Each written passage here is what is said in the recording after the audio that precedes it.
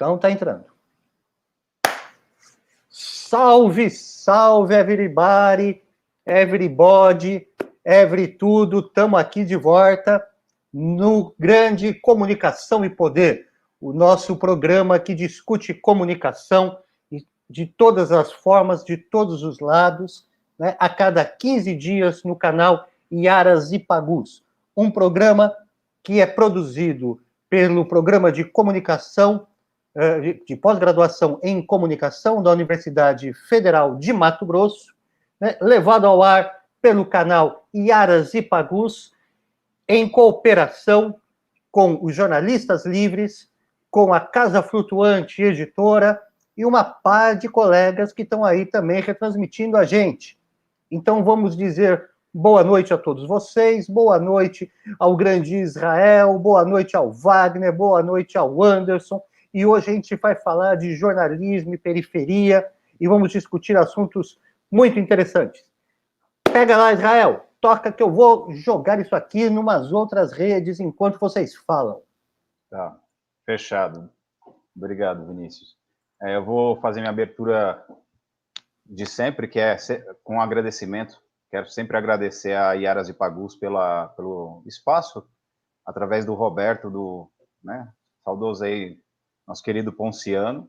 Agradecer a você por ter criado esse vínculo para a gente discutir a comunicação, não só dentro das universidades, mas também no mercado, que é onde eu atuo mais, né? Hoje eu estou numa formação docente, mas minha atuação é mais no mercado, mais com livros, claro, né? Meu foco é mais em livro-reportagem, mas é o jornalismo em si também.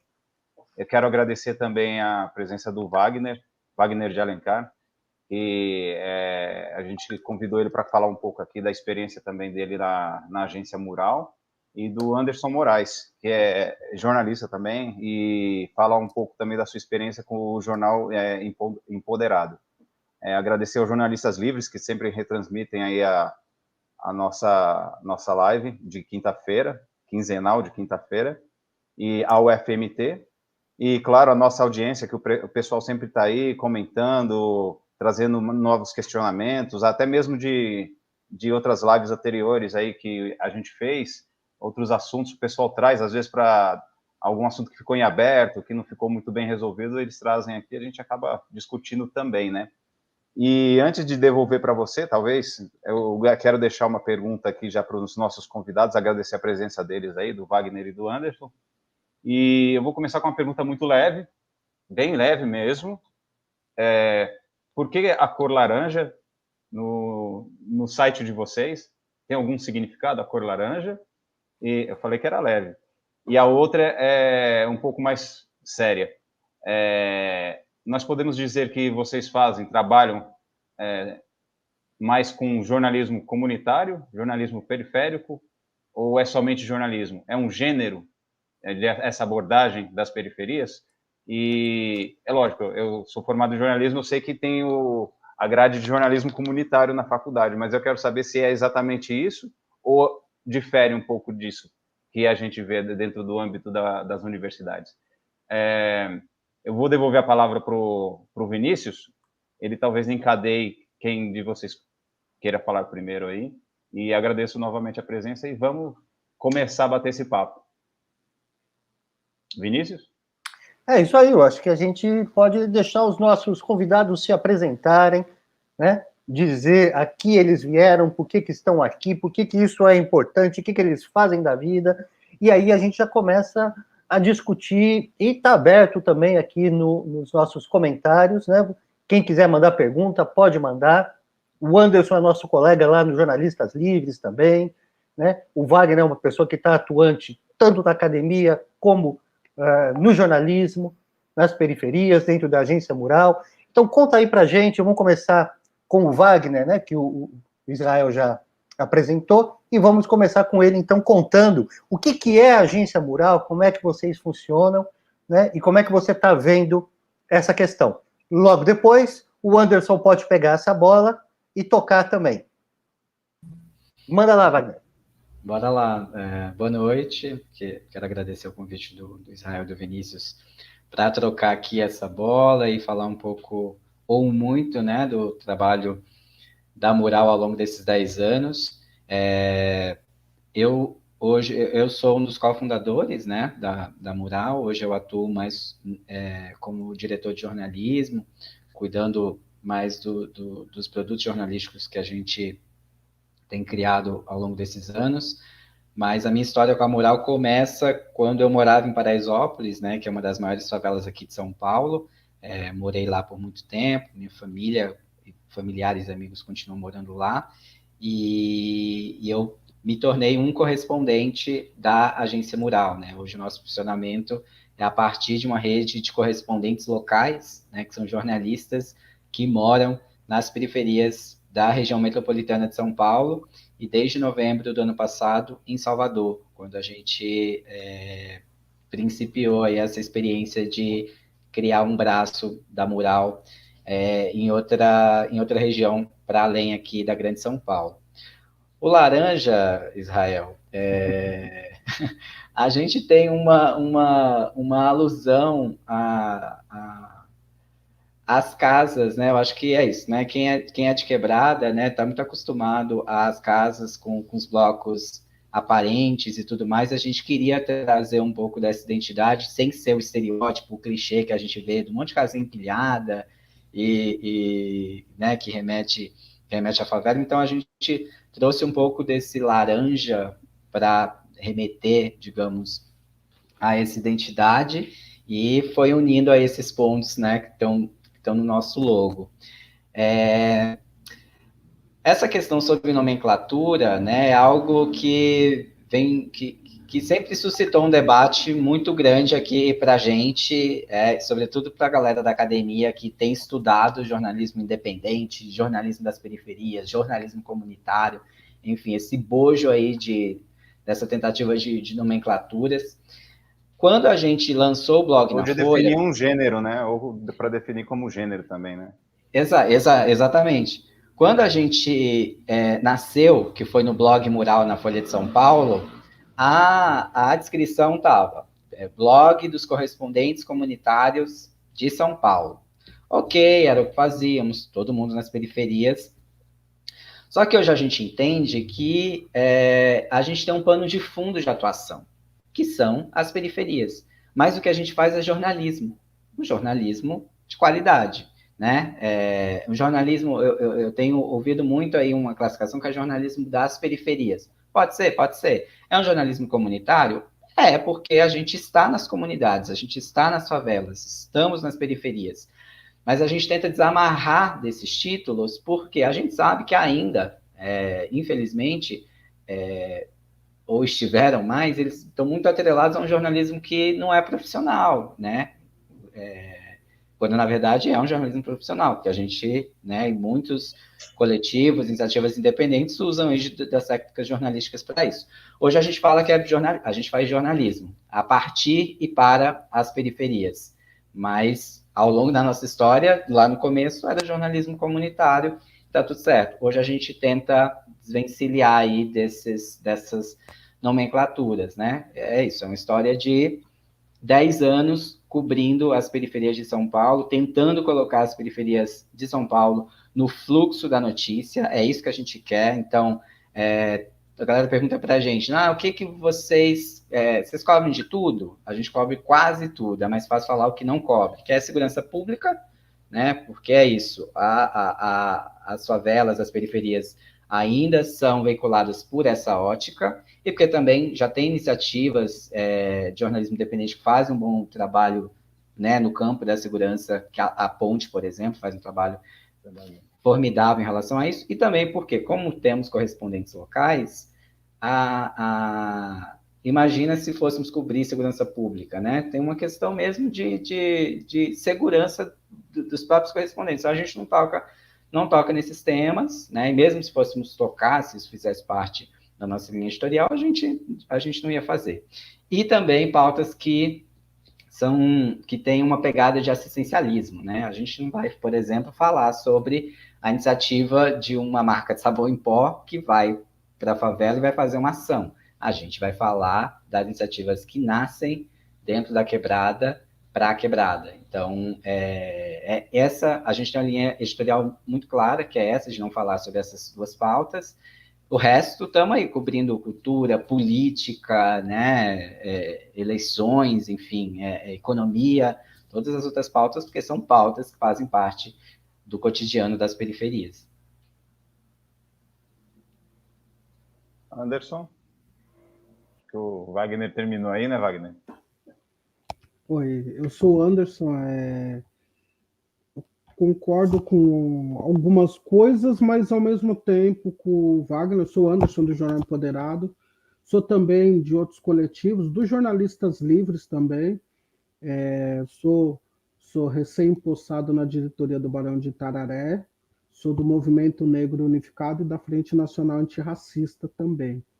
E posto isso, eu entendo perfeitamente com a questão do mural, de falar assim, a gente quer ser jornalista. Eu entendo um pouco isso, porque muitas vezes a gente é convidado para falar com recorte racial e também queremos ser convidados para falar como jornalistas negros do caso do Moro e o Lula, né? E a gente entende que existe a necessidade do lugar de fala, entendemos perfeitamente, e precisa existir isso, mas precisa também existir, para além disso, que o cara que está na quebrada, ele às vezes está tocando saxofone, isso ajuda até a quebrar esse estereótipo, né? Eu lembro que uma cena muito impactante que eu tenho tá na porta da casa de um colega numa favela da Zona Sul e atrás ouvindo barulho de saxofone, que eu acho que o saxofone é um dos instrumentos mais lindos que existem. Só que na rua estava tendo pancadão e forró e samba, tudo junto ali. E o som dele, ele furava aquela bolha que se esperava da quebrada. Então eu achei isso mega interessante de alguma forma, ou totalmente. A luta também de quem faz mídia independente, ao meu ver, tem que ser essa, né? Para além dos estereótipos criados, você conseguir estar nos espaços e competir nesses espaços, mostrando, olha, nós temos isso. Um outro ponto sobre o Jornal Empoderado, que é o nosso mantra, é dar voz aos invisíveis, né? E a gente dá protagonismo para as pessoas, em especial negras e periféricas, mas a gente sabe que numa quebrada, por exemplo, uma ação policial, se estiver batendo numa mãe e ela for branca, a gente vai relatar isso, né? Então a gente também tem esse cuidado de entender que a gente vive numa sociedade que é o que fizeram com o país de errado para mim, é não entender que a gente não está tão separado quanto parece. E a gente vê isso no isolamento social. Eu preciso que tanto o cara que votou nesse atual governo quanto quem votou no Lula entendesse que o isolamento social e o uso da máscara é para ele e para a gente, e para o familiar dele, enfim. Só que a gente dividiu esse país de forma ignorante a ponto da gente estar sofrendo muito por isso, né? E, por fim, aqui, tem a nossa questão, que o Jornal Empoderado é uma bola até que eu convido a mural, eu convido a ponte, eu convido a fórum, eu brigo nos jornalistas livres, nos ninja, nos dois, que é o seguinte: falemos do corpo negro vivo. Falemos do corpo negro vivo. Me incomoda essa ideia de ninguém sabia que era Marielle. Ela estava lá lutando. Foi ela tombar, todo mundo virou Marielle. Para mim não tem Marielle presente, tem Marielle morta. Acabou a história. Os meninos que foram massacrados, assassinados em Paraisópolis, eles morreram. Acabou a história deles. Então não espero, o Jornal Empoderado, a Mural faz isso também, não espere esse corpo tombar para falar. E eu estou exigindo, Wagner, seriamente, que as outras mídias tenham esse posicionamento. Não podemos esperar o Beto morrer lá no Carrefour, a Agatha tomar tiro, ou tomar 80 tiros para lembrar que ele existe. Então, esse é um outro debate que a gente tem que fazer na prática, que é o que? É o seguinte, gente. Existem negros e negras, periféricos, indígenas, gays, trans, fazendo coisas maravilhosas. Eu não vou esperar ele morrer para eu falar que é presente, fazer camiseta, grafitar. Eu não tenho isso para mim. Então, por isso que aqui a gente valoriza esse corpo a ponto de eu não ter o problema, porque agora a gente está numa pandemia, mas eu ia cobrir evento da Educafro, às vezes que tinha 10 pessoas, 5 pessoas, não importa. Estou valorizando aquelas pessoas que estão ali tentando construir um país melhor, em especial essas mulheres negras. Então, se a gente não partir daí, a gente cria estereótipos que nos querem nos colocar em caixas. E nós não somos pessoas que estamos em caixa. E se a gente vê na construção desse país, quem está hoje salvando mais vidas é mais a CUF, a Frente Nacional Antirracista, do que o próprio governador de São Paulo. E isso a gente tem que ter noção, quem também está construindo. Se pegar toda a história do último, da pandemia da moral, quem é que está? Tem gente saindo de casa com máscara para ajudar a própria favela. Aí eu vou esperar essa cara tomar 8 tiros da polícia para falar assim, olha, esse cara foi um ótimo, uma pessoa... Não, valoriza ela agora. Né? Então, acho que a partir daí também a gente pode começar a delinear que tipo de mídia poderosa que a gente quer. Para que a gente quer clique na internet? Para que quer poder? Para que quer página de 1 milhão, 2 milhões? Para que você quer? Qual o real objetivo? O meu objetivo, eu não estou nem aí para clique, juro para você. Se a página tiver um de 1 milhão, beleza. Se não tiver, eu prefiro receber a notícia que eu recebi para finalizar aqui, que uma estudante da UERJ vai utilizar o jornal como parte do trabalho de faculdade dela, porque ela acreditou no que a gente fez até agora. Isso, para mim, é um valor inestimável. É isso. Né? Eu acho que a gente tem que partir dos corpos vivos e que estão produzindo. Até parabenizando aqui, pessoalmente, aqui agora, conhecendo alguém da Agência Mural, o trabalho que vocês fazem.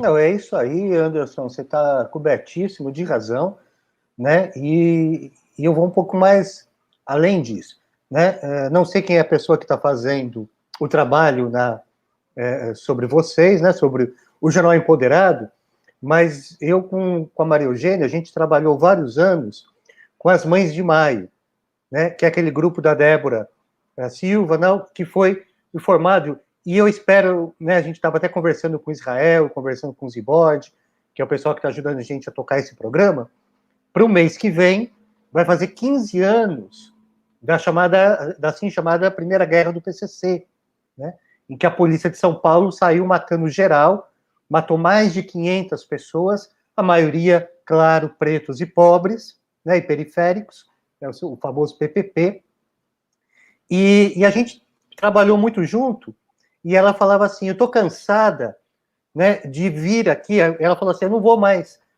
deixar o pessoal vir fazer TCC aqui, fazer trabalho universitário aqui, entendeu? Eu estou cansado de ser objeto, né, de trabalho acadêmico, né, de vir o pessoal da faculdade, o branquinho da faculdade, vir fazer trabalho aqui comigo. Eu quero a gente fazendo o nosso trabalho, a gente entrando na academia, a gente entrando na faculdade, a gente não como objeto de pesquisa, a gente como ação de pesquisa, como agente de pesquisa, né? A gente pela gente mesmo, né? Então, a pergunta que eu queria fazer, tanto para você, Anderson, você pode começar respondendo, depois vai para o Wagner, né? Como é que é, ou a gente pode fazer o contrário, fazer o Wagner, que está dentro da academia, que está fazendo, né, doutorado aí na PUC, né? Perguntar isso, como é que é essa questão da gente fazer, né, da periferia estar dentro da universidade, da periferia estar fazendo esse trabalho, né, vendo a sua própria realidade. E aí, fazendo um ganchinho para o Anderson, né, a gente sabe, eu trabalho também bastante, vários anos, com o Denis, né, da ECA USP, que é do movimento unificado, negro unificado também, de gente do movimento negro unificado, e que o trabalho de jornal laboratório da ECA é o Notícias da Remo, né? O jornal da Remo, que é a comunidade que está ali do lado da USP. Né? Então, queria que vocês dois falassem sobre essa realidade do pessoal da periferia fazendo, né, por si mesmo a sua voz, né, da periferia, fazendo, como disse o Anderson, do seu lugar de fala. É uma pergunta bem interessante, assim. A mural existe por conta desse coletivo, né? Imagina, são dezenas de estudantes de jornalismo, de jornalistas graduados já, um ou outro que não é necessariamente da comunicação, que faz com que isso aconteça. Eu, por exemplo, fui bolsista ProUni. O meu trabalho de TCC foi um livro sobre Paraisópolis. Quando o Jornal Nacional estava lá mostrando ao vivo, né, polícia em Paraisópolis como um campo de guerra, minha avó doida ligando para mim da Bahia, perguntando se eu estava no Iraque, uma coisa assim, é isso, a espetacularização da imagem. Ali eu me vi enquanto jornalista, ou entendendo o papel que eu teria pela frente como jornalista. Eu queria que a minha quebrada fosse veiculada daquela forma, entendendo que, sei lá, meia dúzia de moleques estavam quebrando os prédios, porque sabiam que o Datena estava transmitindo ao vivo. Não, foi ali eu falei, pera, o que eu posso fazer agora? Estou na mural, estou escrevendo sobre Paraisópolis, estou contando histórias que ninguém conta, como o Anderson falou da questão de visibilizar os corpos vivos, é isso, dos perfis que eu estava trazendo de Paraisópolis, do cara que construiu uma casa de garrafa PET com mais de 25 mil garrafas e que virou celebridade, que entendeu que ele era um arquiteto, mais do que um pedreiro, um arquiteto, um artista, né? O quanto isso catapulta, impulsiona também essas pessoas e a própria quebrada. E aí foi que eu fui fazer um TCC sobre Paraisópolis, né? Que inclusive foi um livro publicado no ano seguinte, que se chama Cidade do Paraíso, Há de Haver, A Vida na Maior Favela de São Paulo, livro que vem sendo utilizado no Mackenzie com os alunos que estão estudando lá, que foi utilizado pela Escola Americana, já fui dar uma série de formações para os alunos lá e debater o que é periferia, o que né, falar sobre desigualdade. Então, para a galera que faz parte da mural, que está na faculdade, a gente que vem aí de políticas públicas de acesso ao ensino superior, a gente entende perfeitamente e quer continuar estudando isso, assim, o que a gente mais tem é pedido de TCC. Isso, hoje, mais cedo, eu estava dando entrevista aqui, só que o que acontece? Nós falamos com todo mundo, né? Eu já recebi estudantes em casa de universidade de elite que, na sala de casa, falam assim, eu quero falar sobre como vivem as mães cujos pais estão, os filhos das mães cujos pais são presidiários. Eu falei, pessoal, vamos lá, eu não vou tratar sobre isso com vocês. Eu acho que é isso, já vieram mal pautados, porque a gente não vai tocar nesse assunto. Foi uma aula, eu sei que é cansativo, mas falar com esses estudantes, sobretudo estudantes de elite, que agora, né, parece haver até uma fetichização pelo lance de jornalismo independente, porque, é lindo, maravilhoso, é isso, tem disciplinas e tudo mais, mas quando eles vêm dos cases, né, aí ainda esbarra um pouco no estereótipo, quer queira, quer não, a gente, aqui na Mural, está ajudando a formar, não gosto muito dessa palavra, mas a gente está dando ali mais ferramentas para que essas pessoas consigam ser jornalistas mais conscientes, melhores jornalistas, e também não deixa de ser um papel quando a gente conversa com jornalistas, com estudantes de jornalismo, que são de faculdade de elite. Né? Eu acho que uma sementinha que a gente planta ali pode mudar um pouco deles tirar o carente. Se eles já tiram o carente do título, já está ótimo, né? Porque ninguém é carente. É carente de quê? Né? Então, isso já ajuda um pouco.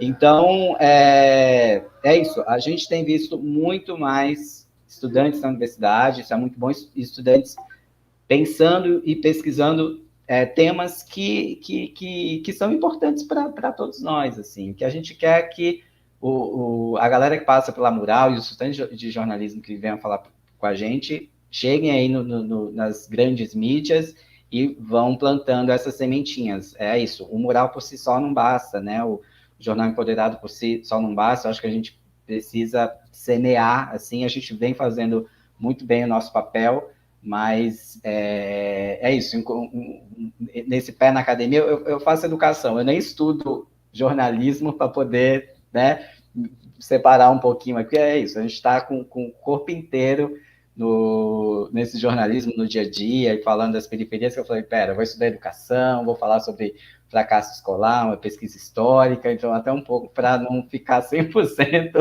falando de agência mural, de jornalismo das periferias.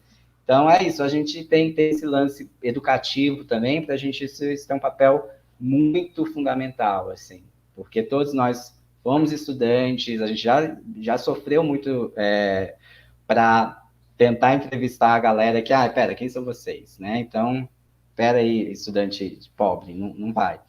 E, então, essa veia educativa está no nosso DNA. Então, vai ser assim, para o estudante da elite enfim, para o estudante de modo geral, né, universitário.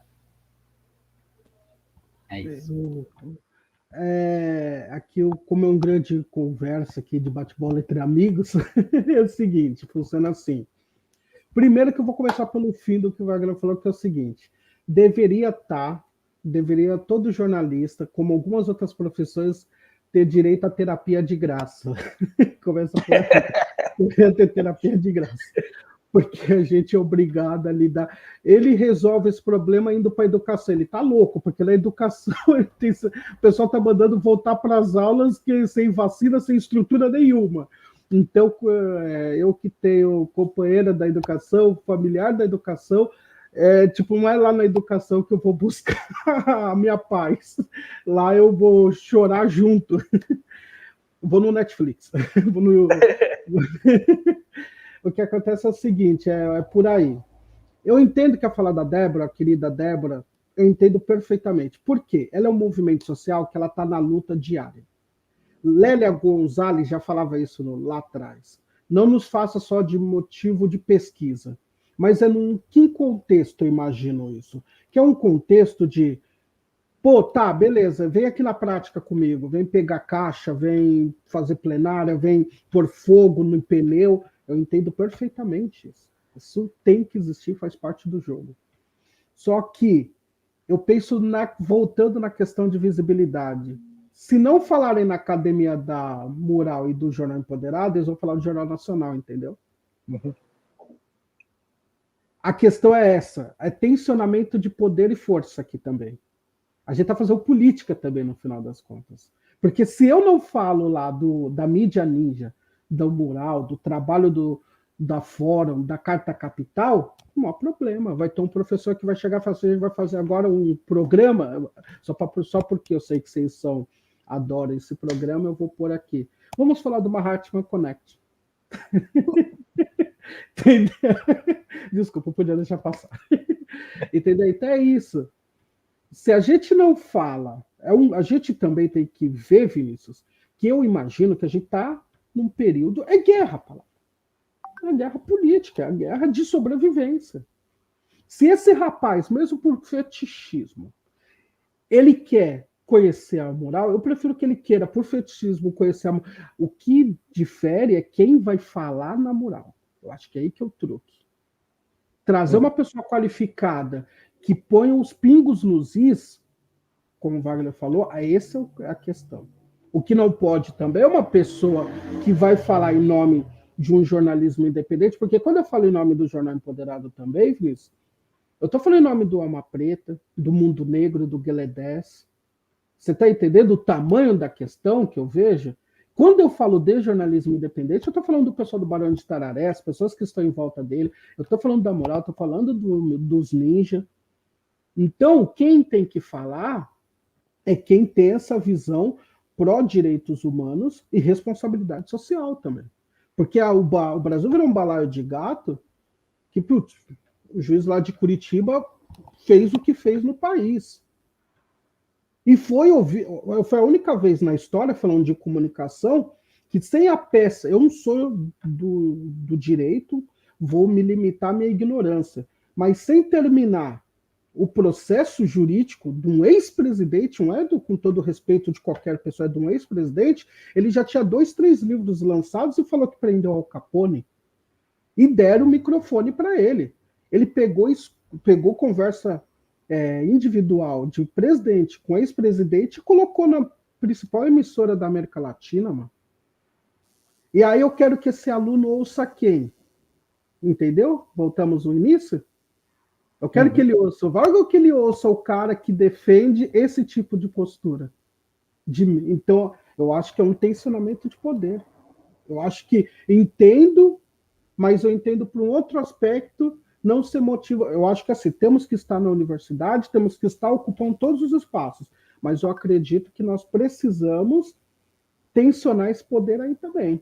Porque senão a gente vai ficar reclamando da onde? E outra, furamos a bolha, assim.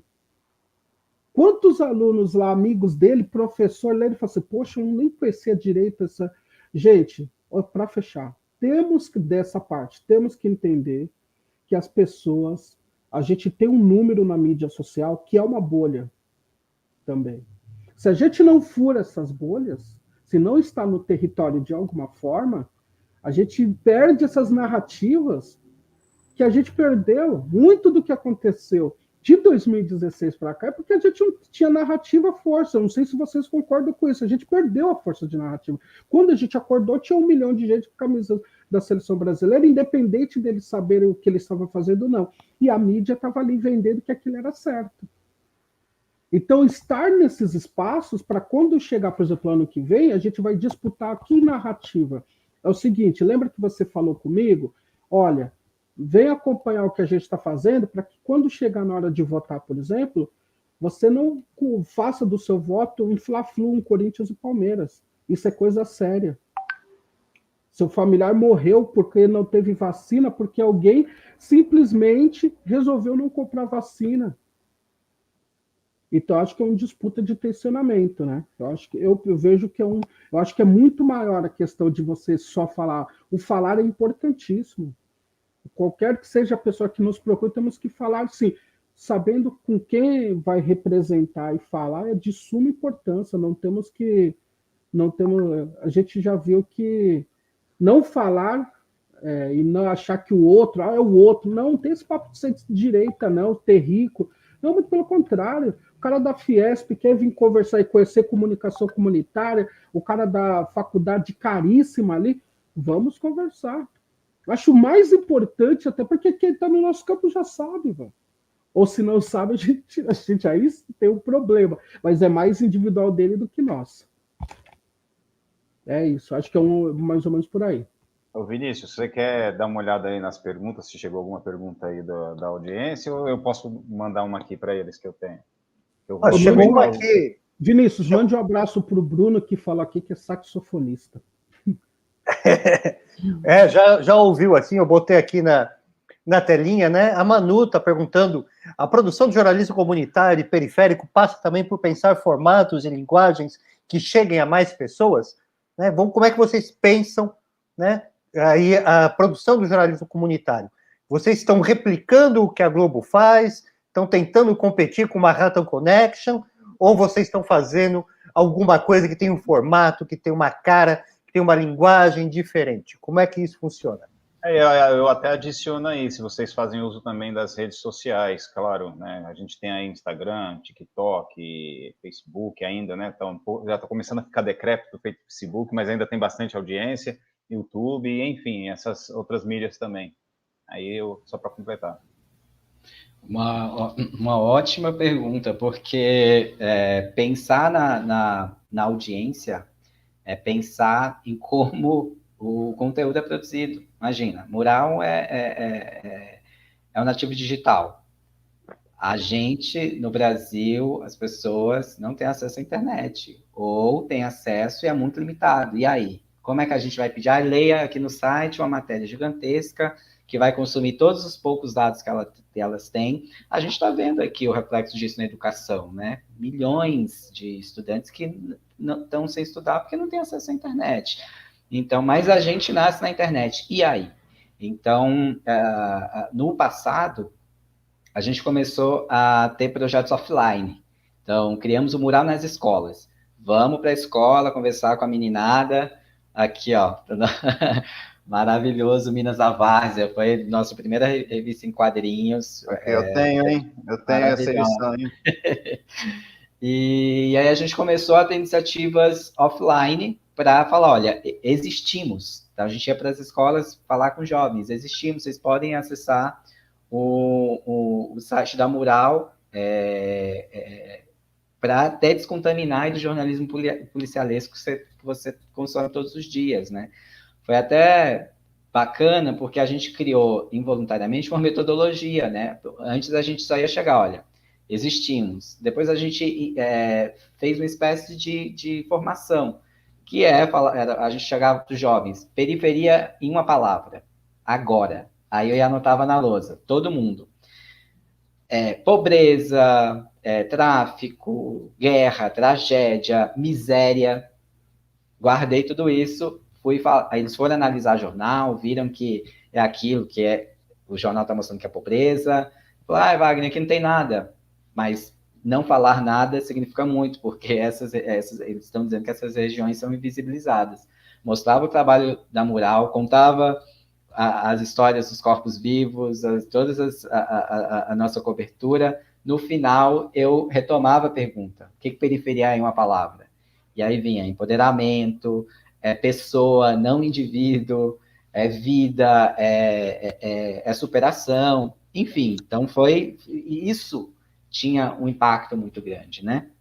Depois a gente criou um outro projeto, foi um mural, Expo Mural, que eram exposições itinerantes que a gente ia, estava rolando um evento que tinha aglomeração quanto podia, e a gente montava um mural com reportagens daquela quebrada, e as pessoas, eu não sabia que isso tinha no meu bairro.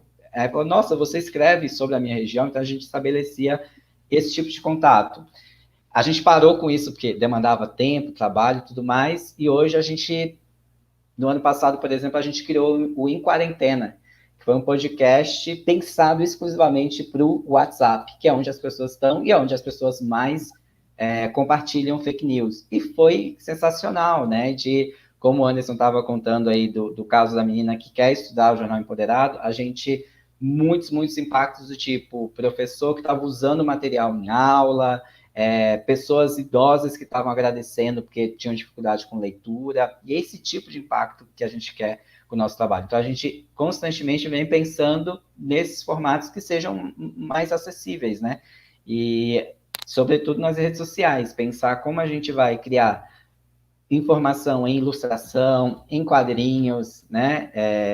Informações usando esses materiais gráficos que sejam mais objetivos, e quem puder, aí sim, acessar uma matéria completa, vídeos curtos. Então, a gente vem utilizando o canal do WhatsApp como um canal, né? De colocar a informação ali, de ter essa interação. Hoje a gente pensa muito na Mural em atuar para um público mais jovem, né, de 18 a 34 anos, entendendo que esses jovens, esse público mais jovem, pode ser um replicador disso para as pessoas mais velhas. Então, esse é um pouco do trabalho que a gente vem fazendo, mas a todo momento a gente está pensando em formato, porque pensar em formato é pensar em como esse conteúdo, como ele vai chegar, é pensar em acesso para a nossa audiência.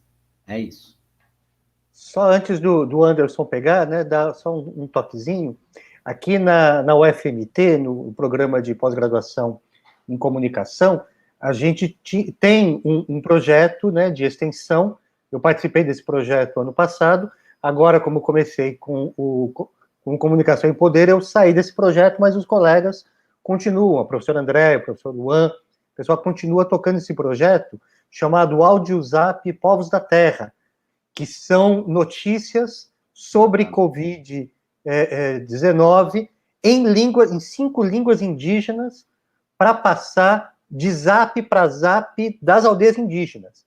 Então, os chavantes falando em chavante, os pacos falando cada um falando da sua língua, né? Então, a gente fazia um roteirinho mínimo, né? E esse pessoal transcrevia, né? Transfalava na própria língua. Ele não estava traduzido na língua do cara. Não é o que a gente estava falando.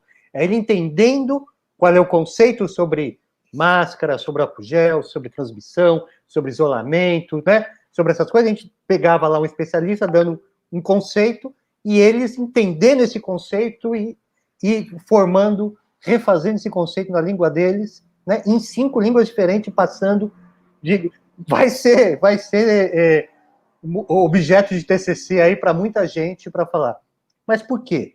Porque os indígenas não têm internet na aldeia, né, de acesso, pacote de dados e tal. É essa a questão. O que eles têm acesso é o WhatsApp, né? Então tem que ser um arquivo muito pequeno, muito fácil, né? E não só dentro das condições tecnológicas que eles têm de acessar, porque agora está realmente, efetivamente isolado. Não dá mais para ir levar um papelzinho, né? Levar um panfleto, levar uma informação. A gente não está fazendo isso, né?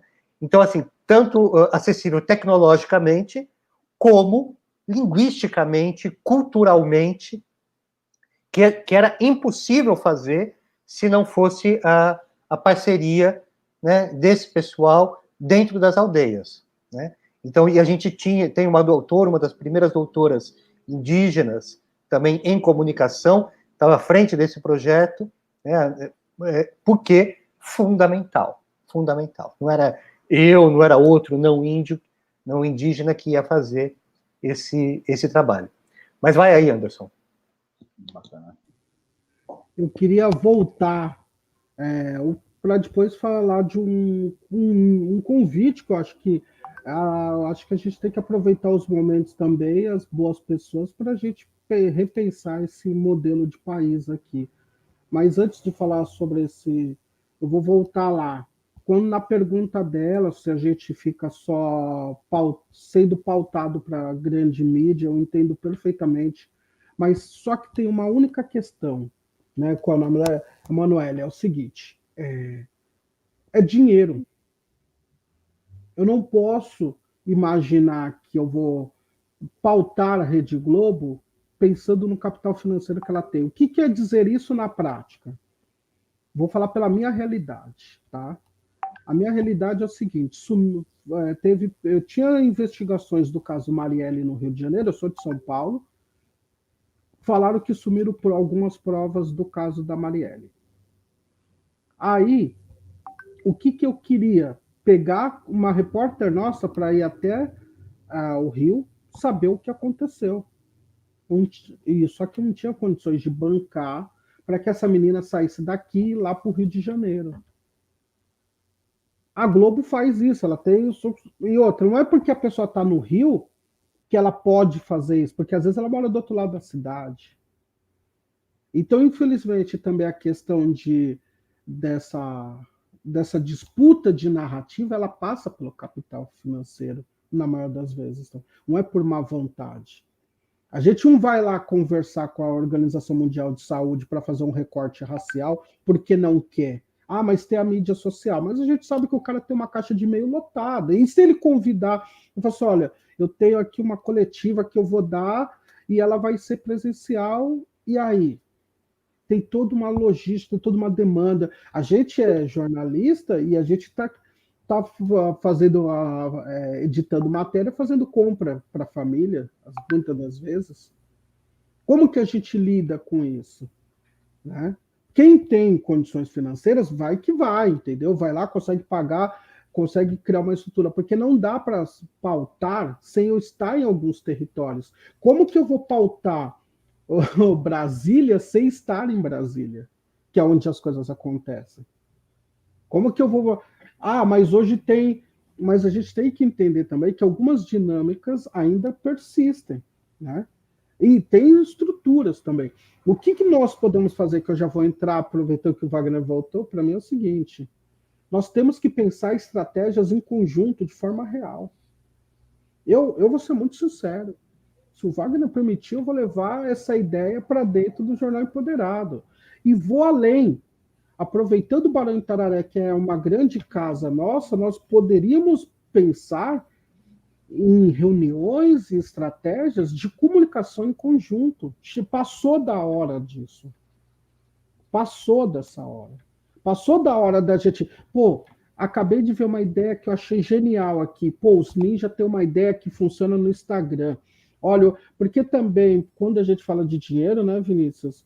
Todo mundo que está aqui, a gente, por exemplo, fazer um quadrinho, que eu tive o prazer de ter o quadrinho da Agência Mural na Perifacom, foi lá que eu tive, é caro. Gráfica no Brasil ainda é muito caro, mano. cara. Por exemplo, eu vou ser muito sincero para você. Eu sou uma das pessoas que defendo o impresso. Eu defendo mesmo o jornal impresso para disputar na banca de jornal. E disputar, o Jornal Empoderado nasce com uma loucura minha que minha família queria me matar. Eu pegava meu salário e imprimia jornal. Eu enchia a mochila e ficava distribuído para o porteiro, para o cara do Uber, porque aí eu furava a bolha. Eu furava a bolha assim, eu ia na quebrada, na casa do meu colega, tava lá no boteco, os caras jogando sinuca, eu dando o jornal e discutindo política e a vida deles com eles. Mas isso tem um custo. Infelizmente, isso tem um custo. Nós precisávamos ter rádios comunitárias. A gente tem que pensar em rádio comunitária, gente. Urgente, é inadmissível. Em 2021, a gente não tem uma grande central de mídia disputando narrativa. Pô, não pode. Né? A gente falou do Mahatma Connect. Não pode a TV Cultura chegar no que ela está chegando. Entendeu? TV a gente pública. Isso, que é o mais louco ainda, entendeu? Nem comercial, é TV pública. É o mais maluco de tudo. Bancada pelo contribuinte, né? Pelos impostos que todo mundo paga. A gente está falando aqui. E outra, a gente está falando de uma situação aqui que é a mesma TV que ajudou a alfabetizar um monte de criança com Castelo Rá-Tim-Bum, mano. Isso é uma loucura. É o prova do que o país virou.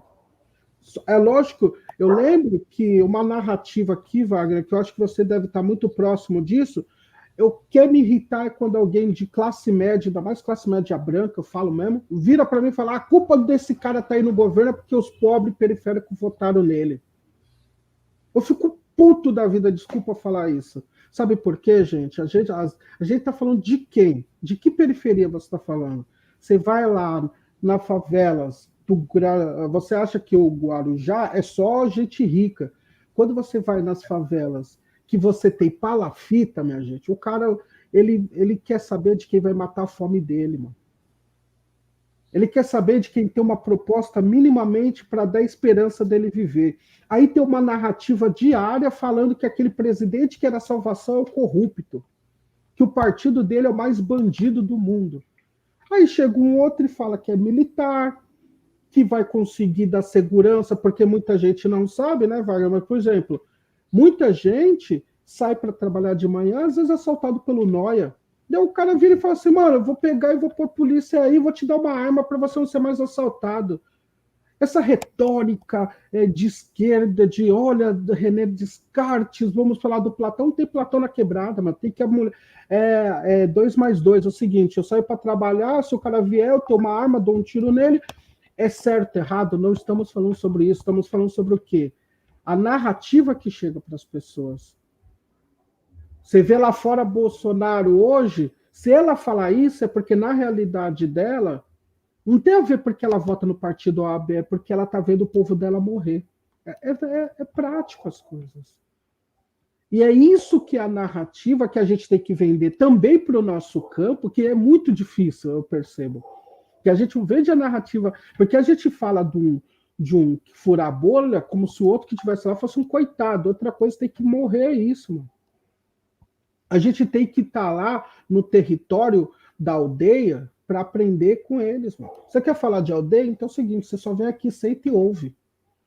Pega o seu potencial de mídia e ecoe essa voz que você está aprendendo aqui. Esse papinho de o Salvador que vai chegar, esquece isso, que a quebrada não está precisando do Salvador. Ela quer construir junto. O povo preto, ele tem projeto de país, sim. Haja visto o que está sendo feito pela CUFA, Frente Nacional Antirracista, Coalizão Negra.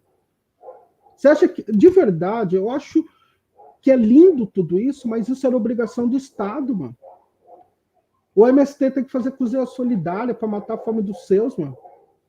Isso é inadmissível numa sociedade que a gente quer construir do futuro. A gente está falando de TikTok, Instagram, e a gente precisa do movimento preto e social para matar a fome das pessoas.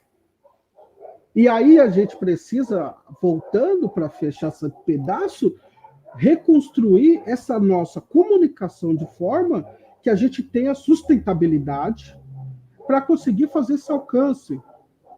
Porque não dá, gente, a gente está discutindo. Eu sei que é frustrante para mim, quando eu leio na mídia hegemônica, tal coisa, e eu falo, putz, como eu gostaria de um dos meus ser quem tivesse dado essa notícia, com o nosso recorte, mas não é a realidade, mano.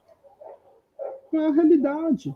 E outra, até porque a gente está vivendo um momento mega ultraconservador, o cara, ao invés de dar a informação para o empoderado, ele vai lá e corre na mídia hegemônica, ele vai lá e informa a mídia hegemônica sobre a situação. Aí você fica naquela de ficar pegando a sobrinha que vai, mano. E aí, como que a gente faz a contranarrativa aí? É valorizar o que é feito pela gente. Aí que é o grande questão. É você estar aqui. Não importa que você viu a matéria no UOL. Você viu também nos Jornalistas Livres, valoriza o que saiu lá, mano. Vai lá e curte lá. E acabou. Eu acho que a narrativa passa por aí. É entender que também é sofrido pra gente. Você acha que a gente não tá vendo? Tipo, você acha que a agência Mural não queria estar lá no julgamento do George Floyd?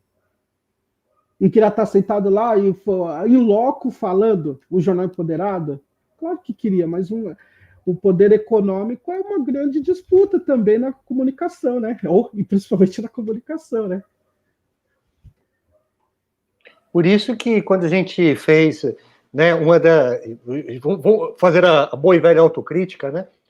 Quando o PT estava no governo, né, o segundo governo Lula, a gente fez as conferências nacionais de educação, o pessoal do Barão de Tararé estava lá com a gente, né, o Miro, todo mundo. Aliás, tem uma grande amiga, né, no Barão de Tararé, Anderson, que é a Rita Casaro. A Rita foi... a Rita é uma fofa, né? Ela foi... Ali no Barão, é que o Barão, modéstia à parte, é porque é a nossa casa, pô, é Miro, é Cido, é Felipe, é Larissa, Ana, é um pessoal do bem. A Rita foi minha colega de faculdade e tal, né? E tá começou agora um programa de sindical. Sindicato é fundamental, o sindicato também é outro que foi aí, né, escorraçado aí por essa direita, tal, destruído os sindicatos, tal, né, exatamente para você precarizar, botar todo mundo com sacolinha do Uber nas costas, do iFood nas costas, achando que é empresário, né, cada um empresário de si mesmo. Mas a gente levou aí a minha proposta, eu fui delegado em São Paulo, na cidade de São Paulo, no estado de São Paulo, e aí na Conferência Nacional de Educação, o delegado foi o Rodrigo Viana, eu era o suplente dele, né? E nas propostas, a gente fez mais de 300 propostas, tal, para democratizar as comunicações no Brasil, e a proposta que eu estava assinando particularmente era para fazer cooperativas de jornalistas com o Estado bancando. O Estado bancando cooperativas de jornalistas para a gente sustentar financeiramente produção, né, com narrativas diferentes, né?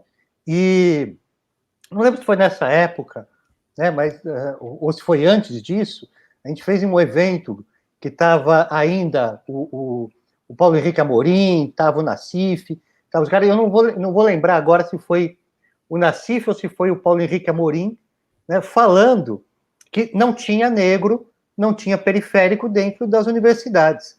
Então, como você só tinha classe média alta se formando como jornalista, é óbvio que o cara vai cobrir a greve do transporte, por exemplo, ele não vai saber entrevistar o motorista, entrevistar o cobrador, entrevistar, né? Ele vai falar, não, o problema aí da greve é que travou o trânsito, a empregada não conseguiu chegar na casa do patrão para fazer a faxina, né? O funcionário não conseguiu chegar na fábrica para tocar a máquina, né? Esse é o problema, o trânsito engarrafou, as pessoas não conseguiram chegar nos lugares que queriam.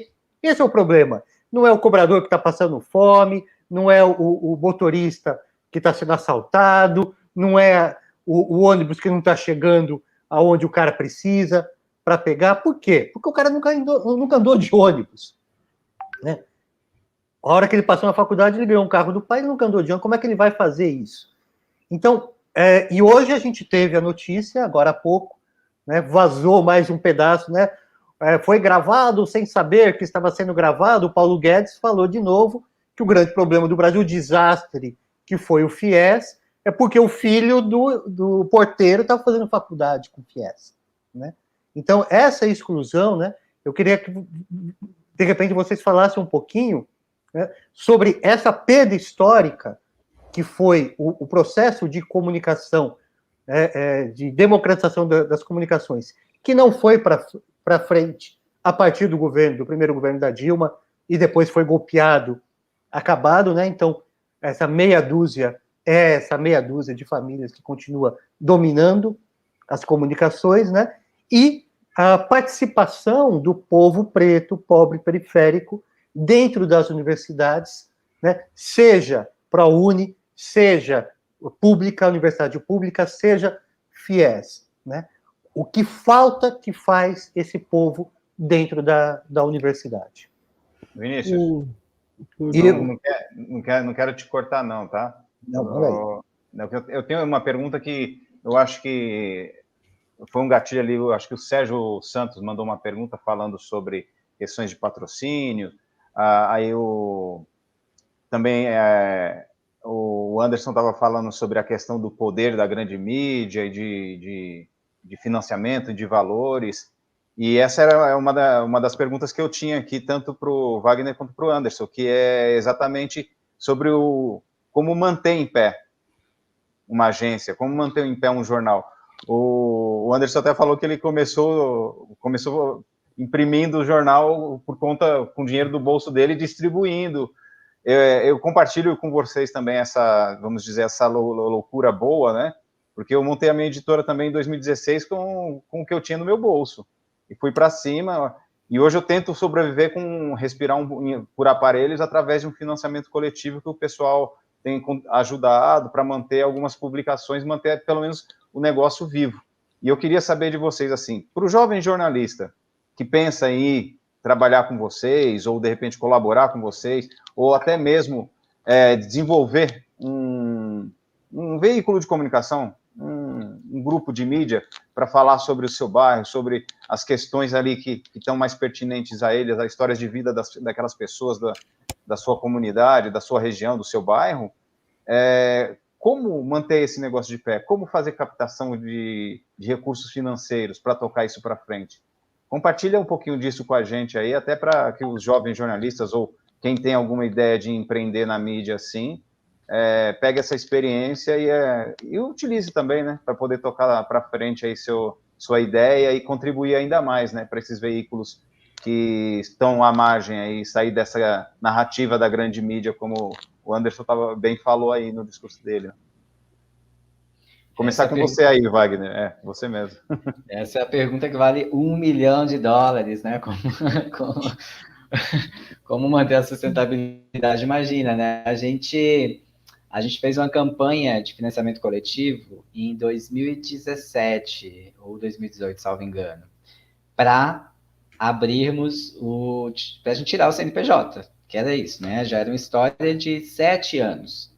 Né? A gente era um blog, já tinha se entendido quanto um coletivo, vamos apostar então no Catarse para arrecadar R$30 mil e abrir a empresa, né? Abrir a agência Mural e pagar os custos administrativos, porque é isso, né? É contador, tudo que envolve, né, esse universo da contabilidade, tudo isso. Vamos lá, não sabíamos o futuro. E já tinha alguns anos a gente estava namorando um edital da Fundação Open Society, né? Um edital de lá, de fora e tudo mais, então seria em dólar. A gente ficou anos namorando aquele edital, tentando, até que a gente conseguiu. Foi com esse edital da Open Society que a gente conseguiu se estruturar. O que isso quer dizer? De ter pessoas trabalhando full time. Porque a gente só trabalhava na Mural porque todo mundo precisava sobreviver, né? Ou seja, tinham seus empregos e na Mural era fim de semana, de madrugada, etc e tal. Então, esse financiamento da Open Society ajudou a gente a ter pelo menos umas 5 pessoas trabalhando e pensando a organização. Foi o pontapé para que hoje a gente está com uma equipe de 13 pessoas fixas, né? E a rede que tem 70 que a partir da produção recebem. Então, esse edital foi fundamental, só que nesses 3 anos a gente ficou matutando o tempo inteiro como criar modelos de negócio. Então, é isso, a gente hoje é um site, um canal de notícias lá, né, agenciamural.org.br, mas a gente também é uma agência. Então, os conteúdos que vão para a Folha de São Paulo, ela paga a gente por esse conteúdo. Sai no papel, sai no site, esse conteúdo é remunerado. A gente fez uma parceria com a Band, com o jornal Bora São Paulo. A gente tinha um quadro chamado Giro da Quebrada. Então, os correspondentes ali com o celular contavam o que estava rolando ali. Então, esse conteúdo era remunerado. Então, hoje a gente é um veículo e a gente é uma agência porque produzimos conteúdo para terceiros. Claro, tudo dentro da linha editorial da Mural. A gente também tem um site chamado 32 vezes São Paulo, que é feito em parceria com a Rede Nossa São Paulo, a partir de um financiamento da Fundação Ford. A gente já está no 5º ano desse site. E aí hoje a gente vem pensando, enquanto modelo de negócio, que a gente faz grande reportagem, a gente tem feito produção em vídeo, como empresas que possam ter uma relação com aquele conteúdo, seja mobilidade, educação, etc., como essas empresas podem financiar o jornalismo que a gente faz. Não é fazer branded content, não é fazer conteúdo patrocinado, é apoiar o jornalismo que a gente faz. E aí a gente já tem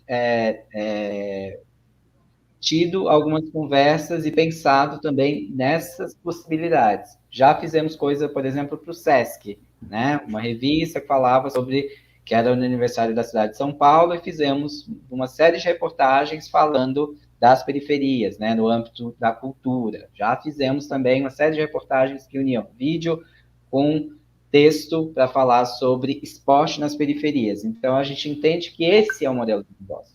O que a gente faz, as empresas nos financiarem o nosso trabalho. Seja financiando uma série de reportagens, seja financiando a própria editoria, o que é um pouco mais complicado. E aí a gente tem também um nosso programa de apoio, que a gente lançou há 3 semanas, chamado Tijolo por Tijolo, para a galera, para os estudantes que vêm fazer entrevista com a gente. Então, ó, queridinho, a sua faculdade é caríssima, você pode ajudar com R$10 por mês, que vai ajudar a gente a pagar o aluguel do escritório que a gente quer ter quando a pandemia acabar. Então, a gente tem o Tijolo por Tijolo, que é para, né, quem quiser apoiar, continuar apoiando esse trabalho. Mas esses são modelos e formatos que a gente vai aprendendo ao longo do tempo. É importante salientar que os 5 diretores, gestores da Mural, todo mundo jornalista. Então, é isso, eu estou aprendendo a ser gestor, estou aprendendo a coordenar a equipe, é isso. Pela primeira vez, há alguns meses, a gente conseguiu contratar um assistente financeiro que cuida dos números, mas isso, entendendo que esse é um orçamento, mas o orçamento, a gente precisa ter um orçamento que é para pagar o aluguel, para pagar o Felipe, para pagar não sei o quê, que é muito só o dinheiro para pagar as reportagens. E aí não existia sustentabilidade. Então, a gente também foi aprendendo a ser administrador, que é isso, a gente está tocando uma empresa, uma organização, claro, com missão, etc. e tal, sem fins lucrativos, mas a gente está pensando como vai ser a nossa sobrevivência no próximo ano, se esses editais, se o edital, por exemplo, do Open Society não for renovado. Então, aí pensar que tem esses modelos mesmo de sermos financiados pelo que a gente já faz. É a luta diária para tentar se manter vivo e para tentar manter as pessoas informadas, cara. Incrível, incrível, que luta. Uhum. A gente ainda não tem estrutura da Mural, a gente começou a pensar nisso esse momento, né? De começar a pensar que um problema também que eu vejo que é da própria esquerda. A esquerda cai numas falácias que criam, igual quando alguém vem e fala assim, você fala que é comunista de esquerda e vai no McDonald's, você tem celular. Eu falo assim, não, eu sou de esquerda, eu não sou franciscano. Né? Então, acho que parte um pouco da gente não comprar ideias furadas, para a gente também saber que a gente precisa, então a gente perdeu muito tempo não falando de dinheiro e estrutura comercial das questões. Esse é o grande problema. Como a gente compra, por exemplo, a direita vendeu aquele papo, aquela balela idiota de quem não estuda ou só faz por maldade, de falar sobre Estado mínimo. Pergunta para algum norte-americano bancário o que não seria do Estado financiando na crise de 1929 e 2008. E aqui a gente tem vergonha de dizer e ficar repetindo e ficar meio com dedos de falar que é uma idiotice, alguém falar sobre Estado mínimo. Quando a gente fala de democratização da mídia, para mim, a gente tem que tratar também com mais clareza o que nós queremos, que uma das coisas é dinheiro, gente. A gente está falando de repartir esse bolo. Você entendeu? Eu sempre brinco assim, eu gostaria de ser uma semana Rede Globo, com a estrutura que ela tem, com a visão que nós temos. Então, a gente tem que partir também do pressuposto que a gestão de uma mídia é de suma importância para que esse capital... Gente, não podemos mais ser inocentes, não cabe mais esse anacronismo. A gente não tem 1940, gente. A gente não está numa situação, a gente não está na Guerra Fria, a gente está num período onde o dinheiro existe. E se ele existe, eu prefiro que vá para o mural do que vá para a Rede Globo. Desculpa, é o papo, velho. Se a gente não construir a partir daí, a gente fica achando que é lindo, fica... Gente, fetichismo da pobreza é outra coisa que eu não vou falar palavrão, eu ia falar, mas não vou falar. Aqui isso, pode falar, aqui ninguém se liga, não. Pode meter aí. Mas não tem essa de fetichismo da pobreza também, mano. Não é bonito estar num barraco na quebrada, velho. É legal você estar ao lado da sua família, de quem você mora, mas com estrutura. O cara não está feliz morando em cima do esgoto. Você acha que eu estou feliz em fazer um jornal sem ter dinheiro? Você acha que é legal você se virar todo mês? Como que você vai ter... Pô, se quebrar a única câmera que o jornal tem, o que eu vou fazer? Para quem minimamente trabalha com fotografia, sabe o quão caro é ao mundo da fotografia. Tem lente de 18 pau, 10 pau, entendeu? Qualquer lente é 700, 800 reais. E aí você tem que discutir nesse universo. Daí eu volto quando a nossa colega ali falou, vocês são pautados pela grande pessoa. Voltamos de novo, eu só vou conseguir tensionar essa situação quando eu tiver a grana, que ela tiver minimamente um dinheiro que possa fazer com que a gente dispute uma narrativa mais igual, porque não é igual, gente. Isso que vocês têm que entender. Tem gente que nos procura, eu sei que tem todo amor ao Jornal Empoderado, por exemplo, e fala, nossa, mas você ainda não publicou minha matéria assim, amiga, por quê? Eu não estou full time trabalhando para você. Eu tenho que, enquanto eu estou falando com você, eu estou fazendo compra, estou fazendo assessoria de imprensa que me paga, eu estou fazendo militância, entendeu? Para sobrevivência, porque ainda ser preto tem essa questão que a gente tem que ser militante para sobreviver. E eu queria voltar também numa pergunta que eu vi aqui que foi feita na tela, falar sobre o que nós falamos também, só para responder, Vinícius, se você me deixar. Claro. Não, a gente fala de racismo por uma necessidade, porque falar de racismo, homofobia, sexismo não é gostoso. É difícil você ficar falando de sofrimento. E muitas das vezes a gente, por exemplo, eu não sei como no mural se faz isso, mas nós, por falarmos de um corpo vivo, nós também valorizamos os artistas que fazem seus trabalhos. E, por exemplo, a gente fez 2 mesas gigantes de Mundo Nerd. A terceira foi participar da Perifacom, falando de Mundo Nerd, porque eu gosto de Mundo... Então, é quebrar a caixa, é poder falar só, a gente também fala sobre isso. A gente tem aqui, a gente fala sobre moda, né? Então, você acaba também... por exemplo, a Maju, ela tá lá para fazer um trabalho dela. Ela quer ser convidada no Roda Viva, mas não para ficar falando 2 horas de racismo na mídia. Né? Sobre isso está falando. A Djamila Ribeiro, ela não estudou para falar de racismo apenas. Essa questão. O professor Silvio Almeida, ele é um construtor de país, ele tem condições de discutir. Aí, é lógico, a contribuição dele para a luta antirracista é gigantesca. Mas é um cara que também, ele sempre fala isso. Ele gosta de falar sobre economia, por exemplo. O Silvio Almeida é um cara que teve pai que jogou no Corinthians, é um cara que ele tem um canal no YouTube, né, cara? Ele fala sobre quadrinhos, sobre filosofia. Porque é importante para você coisas. Também saber que, olha, o Anderson, ele pode e deve falar de racismo, de luta, de periferia, mas se vocês quisessem que essa live fosse sobre quadrinhos, eu sou colecionador de quadrinhos. Entendeu?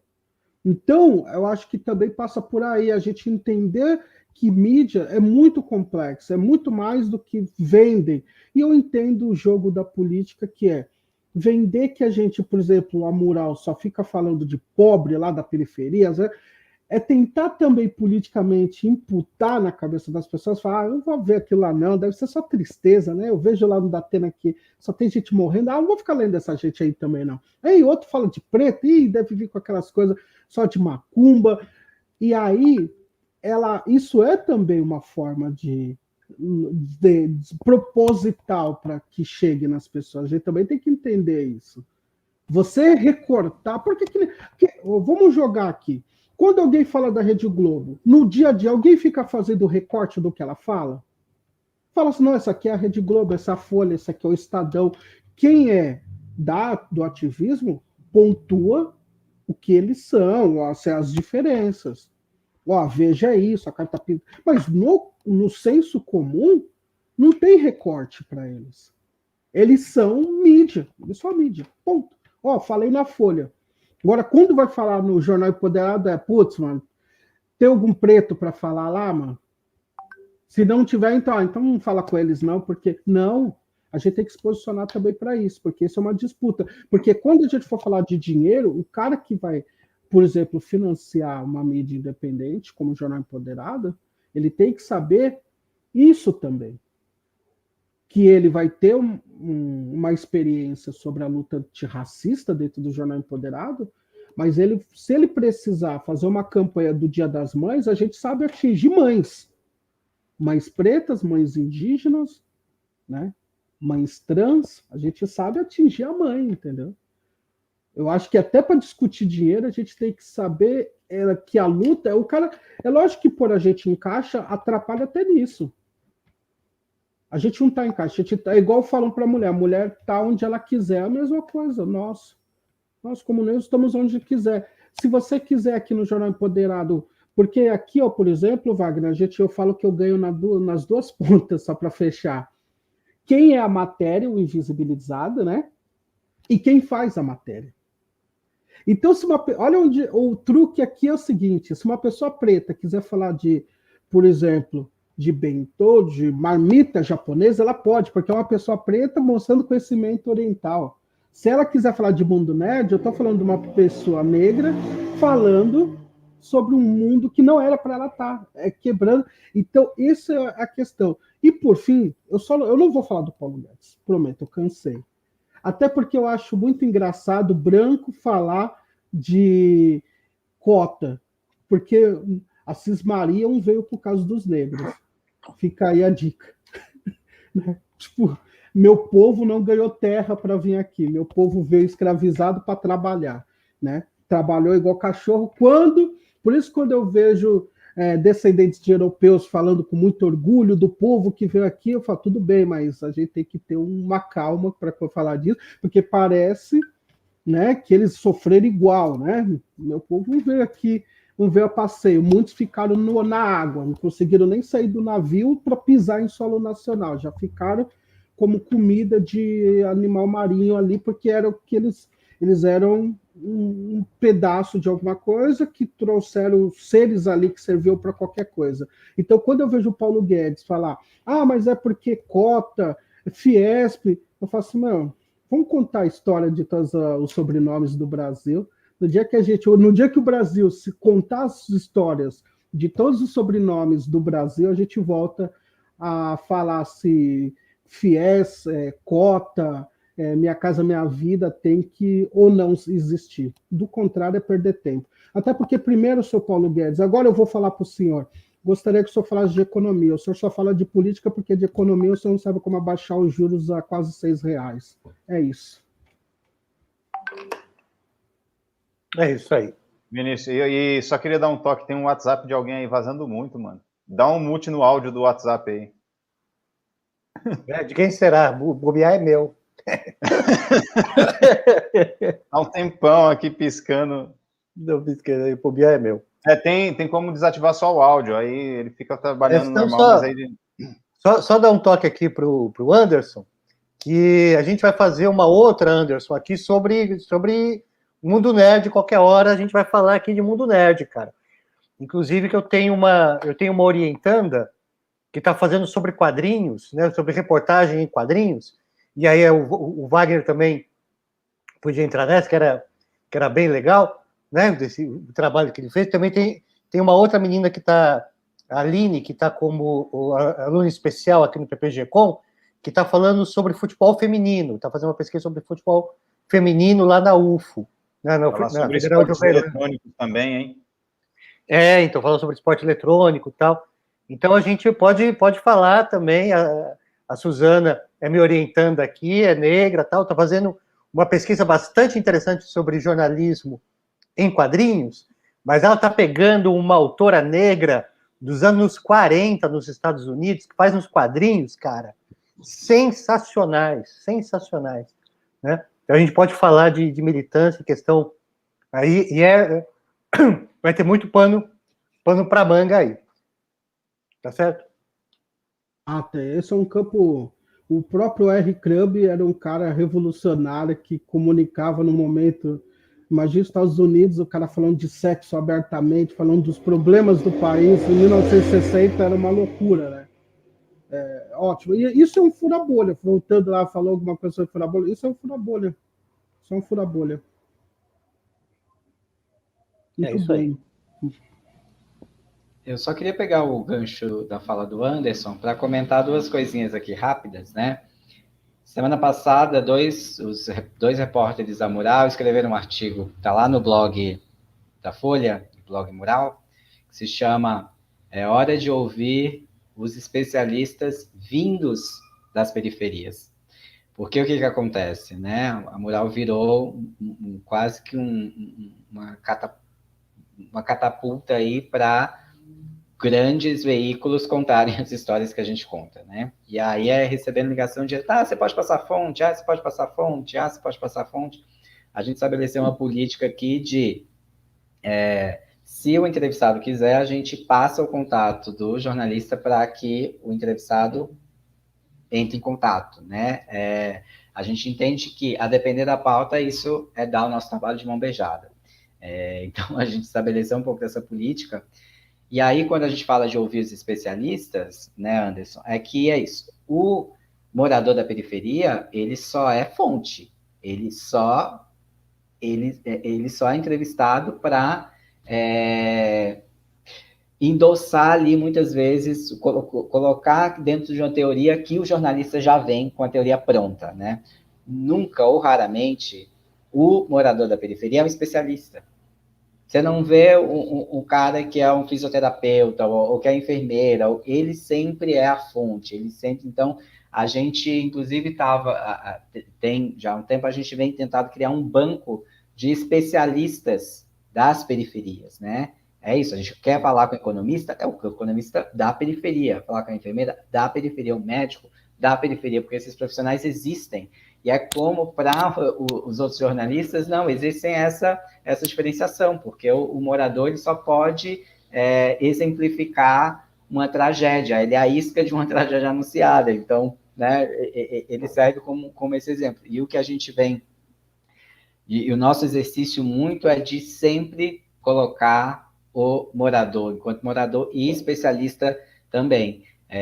Esse é algo muito comum que acontece do lado de cá. Outra coisa, nas nossas passagens pelas universidades, né, para falar da Mural, lá, eu acho que faz uns anos já, a gente criou, sem pretensão nenhuma, os 10 princípios da cobertura jornalística. Por quê? Porque é isso, né? Favela é só pobreza, só miséria. Mas também não é. Na favela só se vota, né, no PT. Não. E aí a gente criou... favela é sinônimo da palavra carente. Mas pera, carente é um juízo de valor. A gente criou uma lista despretensiosamente para, pelo menos, a pessoa, o jornalista, o estudante de jornalismo, dar uma sacudida de não vá entrevistar um morador da periferia achando que já com a hipótese, como fosse um estudo, que você só vai pegar aquilo e acabou. Assim, as pessoas têm rendas diferentes, têm nome, né, tem idade, tem profissão, né? Então, a gente criou isso, a gente sempre manda para a galera. E no passado tinha um jornalista nosso que ele filtrava as palavras carente que saíam aí, e mandava um e-mail falando, coleguinha, é carente a palavra de juízo de valor. Você pode dizer que é pobre, não tem problema nenhum. Você pode dizer que é em situação de vulnerabilidade, né? Você pode dizer que é de baixa renda, mas carente, você precisa dizer do que é carente, de qual carência você está sentindo, porque uma madame, ela pode ser carente do poodle dela que foi para o veterinário. Então, qual é essa carência, né? Então, a gente fazia isso, muitos jornalistas respondiam agradecendo e mudavam, né? Outros não faziam nada. Então, um pouco desses 3 exemplos aqui, a partir do que o Anderson falou muito bem. Isso dá. Putz, achador, é isso aí, porque também tem isso, né? A pessoa te procura com essas caixas que ela cria, e aí ela acaba tipo, criando na cabeça dela, e daí você tem meio o estereótipo dessa mídia, por exemplo, de televisão, né? Tipo, por exemplo, eu não aguento mais o filme Tropa de Elite, Cidade de Deus, porque isso aí é caixa. Tipo, para quem tem qualquer conhecido fora do Brasil, né, Vinícius, aqui, os caras acham que no Brasil 2 coisas. Não tem negro, porque normalmente o negro está na novela em 2, 3 servindo, ou quando enxerga negro através do filme, enxerga no Polícia Ladrão. Então acha que aqui é um grande Call of Duty, já voltando ao mundo nerd. Acha que aqui é um... Porque eu falo assim, essa gente só se mata, só dá tiro um no outro, não faz mais nada, ou estão sambando, ou chutando uma bola, ou se matando, né? Então, perfeito. Eu acho que é isso mesmo. Por isso que volta sempre no início, Vinícius. A gente tem que conversar com a outra. Porque só assim ele vai saber também como a comunidade LGBTQIA+, também faz isso. Existe um manual para o jornalismo, como se portar, né? Tipo, falar o que é trans, o que é gay, o que é lésbico, o que é cis, para saber como postura, como falar. Eu acho isso importante. Eu acho que isso é respeitoso e também tira das caixas, né? Porque isso daí é uma coisa que mais enche o saco, né? O cara para ir na periferia, tipo, tem gente que eu já vi, vai fazer reportagem na periferia de jornalão, daí ela põe outra roupa, entendeu? Ela põe outra roupa. Daí ela põe, tipo, mete um Havaianas, mete uma calça surrada, uma camiseta do Corinthians, porque ela criou um estereótipo. Isso se ela for daquela um pouco mais velha e da época que, para fazer o estereótipo do pobre, ela põe um gorro na cabeça, né? Põe um gorro na cabeça. E aí ela vai achando, e daí chega, e aí, mano, beleza? Então o cara olha pra ela assim, vai falar assim, tipo, né? O que ela tá falando? E acha que aí cria gírias, e daí ela vê lá no YouTube, lá no Google, as gírias, ouve 2 músicas do Racionais e faz uma. É isso. Então a gente corta, a gente luta até por isso também, é por dinheiro, é sobrevivência, é numa manifestação, quando a polícia vê, a gente fica com medo da polícia, e ainda educar as pessoas que estão no nosso campo ou não, que queiram falar com as pessoas lá.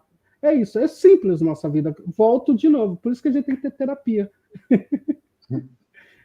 Concordo. Uma das perguntas que eu tinha para vocês era exatamente essas dicas para o jovem jornalista, né, cara? Porque é muito fácil. Como a maioria é pautado pela grande mídia mesmo, não tem jeito. O cara liga lá na Globo, no SBT, na Record, enfim, nesses canais de grande mídia, eles falam muitos clichês, aquelas palavras, e eles começam a reproduzir isso. Então, essa dica é muito valiosa, porque aí, mesmo veteranos, o problema o jovem, eu acho que ainda é mais tranquilo de você conduzir ele e falar, olha, não se fala assim, fala assado, usa esse termo, pergunta dessa forma, que você está no caminho correto. Do que você chegar para um jornalista já velhão, um cara já veterano, e falar para o cara, mano, você fez isso o tempo todo errado, cara. Tá na hora de mudar. Eu acho que é mais difícil. Então, por isso que eu sempre volto no assunto do jovem jornalista, porque eu acho que tem uma esperançazinha aí no fim do túnel, a galera que está se formando aí, que está indo para os meios de comunicação, realmente estão indo com uma cabeça um pouco melhor, entendendo como respeitar mais diversidade, esse sincretismo religioso que existe, essa diversidade de religião, essa liberdade que a gente tem que ter de ser ateu, ser do candomblé, da umbanda, ser protestante, é cristão, da católica, enfim, respeitar todos os gêneros, todas as formas de amor, sabe? E eu acho que isso aos poucos vai mudar. Eu não sei se eu ainda vou estar vivo para ver essa mudança real, mas eu sinto que há algumas pequenas mudanças e vocês contribuem quando dão essas dicas, cara, porque é legal. O jovem vai ouvir e vai falar, cara, eu não vou usar mais esse lance de carente, não, mano. Só se for para falar que a pessoa estava carente porque largou do namorado, da namorada, sei lá. Aí ele se sentiu carente e tal.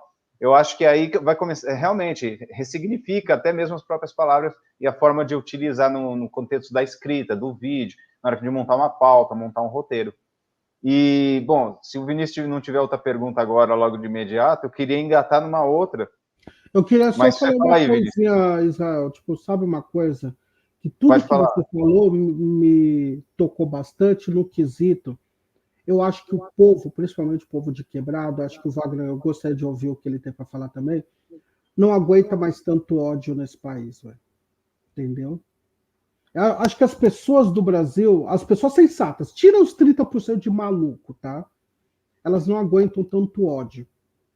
E construir isso que você está falando, olha, poxa, é legal pra caramba, você é protestante, mas conhecer o candomblé vai acrescentar cultura, você vai conhecer o outro, não cria esse muro entre você e o cara que ele é da esquerda, porque você, acho que passa um pouco, a gente precisa construir amor, de verdade mesmo. Eu acho que no Brasil ele está uma panela de pressão saturada de tanto ódio, de tanto... Eu sempre falo, Wagner, que o meu exemplo é em casa. Se minha mãe reclama de alguma coisa, é que eu vejo, é um termômetro, é mais ou menos assim. Quando ela chega para mim e fala, nossa, filho, mas esse presidente, ele xinga toda hora que ele entra, é só briga, ele xinga, eu nunca vejo nada positivo nele, aí eu vejo que o termômetro... é realmente esse. Eu acho que constrói um pouco por aí também. Eu gostaria de te ouvir, Wagner, se puder, porque eu acho que a gente precisa dessa construção, uma comunicação que consiga também levar amor, né? Consiga fazer... É difícil, não é fácil. Eu sei que eu sou Dom Quixote no rolê, eu não minto, eu sei. Eu ouvi aí, você sair com o jornal na mochila para distribuir no bairro. Cara, eu fazia isso com o Zine, né? Porque eu sou meio tiozão, e o Vinícius acho que também fazia isso. Mas, enfim, era outra forma de comunicação parecida. Eu vendia livro de poesia na Paulista, cara. Eu era um chato que chegava na mesa do boteco e falava assim, você gosta de poesia? Olha que meu livrinho aqui. Daí, se fosse eu já fosse esse maconheiro petista, veio aqui. Xerocadinho, grampeado. Mimeógrafo. O livrinho era joia, cara. Ô, Anderson, do lado de cá também a gente bota as mães como parâmetro para tudo, assim, fala assim, mostra essa matéria para sua mãe, lê para ela, ela entendeu, ela gostou, então tá tudo certo. Então, aqui a gente na edição é o tempo inteiro, escrevam reportagens como se vocês estivessem escrevendo para os seus pais, é isso, assim, claro, a gente tem uma questão de um público mais jovem, pensar no público mais jovem, mas é isso. Se a mãe entende, esse jovem vai entender. E é isso, eu acho que é muito ódio destilado, acho que todo esse lance da disseminação de notícias falsas, de fake news, né? Eu acho que isso ajudou a potencializar ainda mais esse ódio, a cristalizar esse ódio. Então, é um bagulho muito, muito ruim, assim, né? Porque a gente, de certo modo, é como se a gente estivesse dando também murro em ponta de faca, né? Porque a gente estava até agora nessa cobertura toda da pandemia, a gente parou um tempo, assim, até perguntou para a galera no WhatsApp, dos nossos leitores e tal, uma pequena pesquisazinha ali, a galera, gente, eu sei que é pandemia e tal, mas vamos contar um pouco de outras histórias, vamos, né, trazer um pouco mais de acalento, tanto que agora... Acho que amanhã a gente vai voltar com um rolê no sofá, que era um programinha às sextas-feiras, que a gente mandava também pelo Zap, falando de coisa para as pessoas. Eu sei que está todo mundo cansado de tela, né? Mas ou um show de um artista novo que está bombando, ou um livro, a indicação de um livro para ler. É um pouco de um refresco na sexta-feira. para a gente ficar um pouco mais acalentado, porque não dá para ficar vendo todo dia que são 2.000 mortes e a galera querendo matar as outras e todo esse Chegamos a 400 mil, né, hoje, né, cara? Exato. 400 mil. 3 mil por dia. Tá difícil. Eu faço isso até de instinto. Sexta-feira eu não ponho notícia ruim, por mais que aconteça. Eu vou lá e filtro, coloco uma bobeira, assim, coloco lá. Não é bobeira, mas dentro do que o Brasil que a gente vive, eu vou lá. Meu, o cara lançou um CD, a matéria estava parada, que nem. Eu tinha até esquecido, eu falo, jogo lá, vai lá, fica vendo. É isso. Porque realmente. Precisamos pôr o gatinho na página, se for necessário, sabe aquele gatinho do Xerec, porque isso é muito sério. Eu falo, eu devo imaginar que, para mim, na estrutura, é ele, e pronto, agora a gente já trouxe o amor. Isso, eu precisava do gatinho nessa live. Pronto, resolvemos o problema. Para mim, o governo, qualquer governo sério, ele tinha que pensar em auxílio emergencial, tinha que pensar na vacina, porque você não pode morrer, as pessoas têm que comer, internet, e o quinto, eu falo isso, mas é verdade, terapia. Eu vejo muitos amigos doentes. Tem gente que começa a entrar no... Você está conversando sobre qualquer coisa, o videogame, ou o filme do Netflix, do Oscar, ele consegue encaixar a pandemia, o governo na conversa, e ele não consegue sair daquele... Isso é perigosíssimo. Por isso que a gente, como comunicadores, temos que ter essa sensibilidade de tentar colaborar, primeiro para quem está na própria redação, e depois para fora. Né? A gente cria multiplicadores. Por exemplo, eu tenho problema pessoal, eu finjo que eu não tenho problema nenhum na minha vida, quando eu estou na redação. Tudo está ótimo. Tudo está ótimo. Para quê? Para que eles olhem e falem, putz, mano, o cara está sempre feliz, eu também acho que eu preciso estar, e deu motivo, a pessoa cai um pouquinho, eu respeito o tempo dela, mas eu já cheguei, você está bem, puxa, que legal que você está fazendo, isso aqui. Você sempre vai naquele, porque não é fácil. E a gente está no fundo da coisa, né? A gente está na lama, mas eu falo assim, vamos não, tá lama não. Tem coisas ruins acontecendo, mas vamos pegar as boas e vamos construir esse amor dentro de nós e vamos que vamos, porque senão você para. E se você parar, você entra num espiral de negatividade que te suga e daí não tem o que fazer. Né? Então, acho que a gente também tem essa questão de lutar por isso. Tipo, essa é uma live que eu saio feliz. Foi um clima gostoso, um clima super gentil. Putz, você sai feliz, pensando, construindo. Estou saindo daqui anotando coisas que eu quero copiar do Wagner. Mas é verdade, eu acho que a gente tem que ter coisas propositivas. Eu falo isso até para as pessoas do meu redor. Andem com pessoas nesse momento positivas. Eu sei que às vezes é inevitável, a gente mesmo reclama, mas principalmente para a sua sanidade, esteja construindo qualquer que seja relacionamento com pessoas que te dê primeiro um sorriso, porque senão nunca foi tão necessário ter saúde e sorriso. Meu, estou muito autoajuda, velho. Olha, Vinícius, eu vou fazer um livro. Estou muito autoajuda. Tá bom, cara, mas quem que não tá, né, nessa pandemia horrorosa, aí, nesse governo horroroso? Não tem como. Isso é louco. Você ia fazer tem que ter pão, tem que ter vacina e tem que ter terapia, mano. Tem que ter internet, tem que ter terapia, sabe? Eu estou fazendo terapia, tenho mais de 50 anos, eu comecei a fazer terapia, porque não está dando para segurar sozinho, não dá. Porque você olha ao seu redor, às vezes você vê seu pai ali mais para baixo, sua companheira, seu companheiro, seu irmão.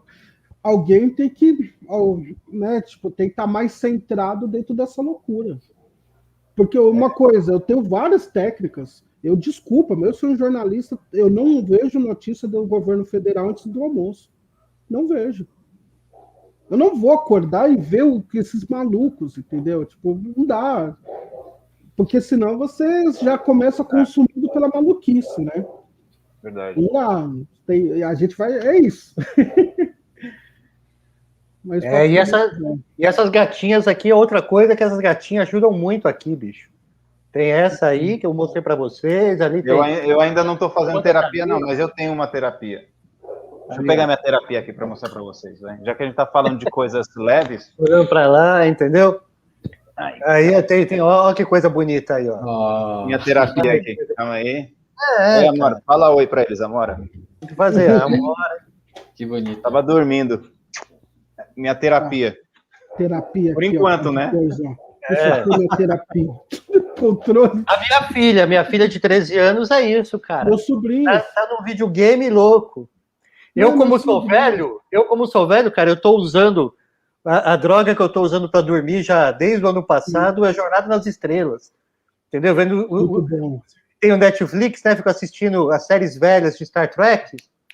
Entendeu? Toda noite é pelo menos um episódiozinho de alguma série velha. Às vezes Entendeu? eu tô no YouTube vendo coisa tão boba. Isso é um acordo que eu faço com a minha companheira, por exemplo.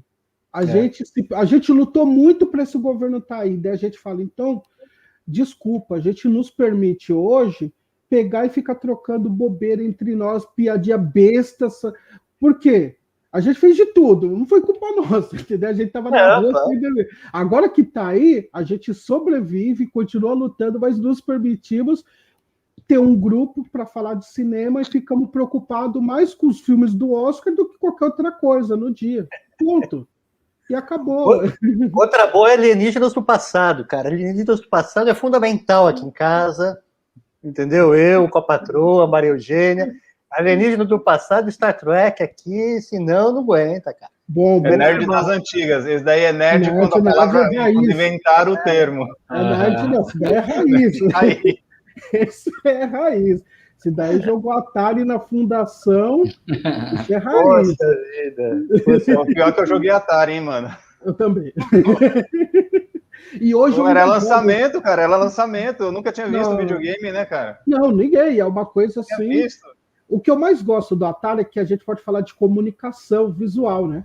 Porque na capa você tinha um dragão, um cavaleiro, uma mocinha, bola de fogo, e daí quando você jogava tinha um quadrado amarelo, outro 8 bits, 8 16 bits. Isso. E uma coisa que eu fui ver em relação à comunicação, eles eram muito inteligentes, porque o que eles faziam para chamar nossa atenção? Cores fortes e som alto. Então eles faziam uns sons que ficavam na sua mente, aquele do Pitfall, não sai da minha mente. Nossa, adorava o Pitfall. Agora, quando você olha da capa, é comunicação isso. Você olha a capa linda, não tinha nada daquilo. Tá? Eu lembro quando o Master System inventou o Revolver, que era um jogo de tiro, na TV, no comercial, o pato, a nave saía da tela. Quando eu coloquei o óculos, eu paguei mó caro no aluguel, era a época de alugar videogame. Eu falei, nossa, mas cadê as coisas saindo da tela? Era moleque, cadê? Não tem nada saindo da tela. É isso, comunicação é base de tudo, né? A gente... Quem faz boa comunicação ganha o jogo muitas vezes, né? Mesmo estando do lado errado. A gente está passando por isso. Simples assim.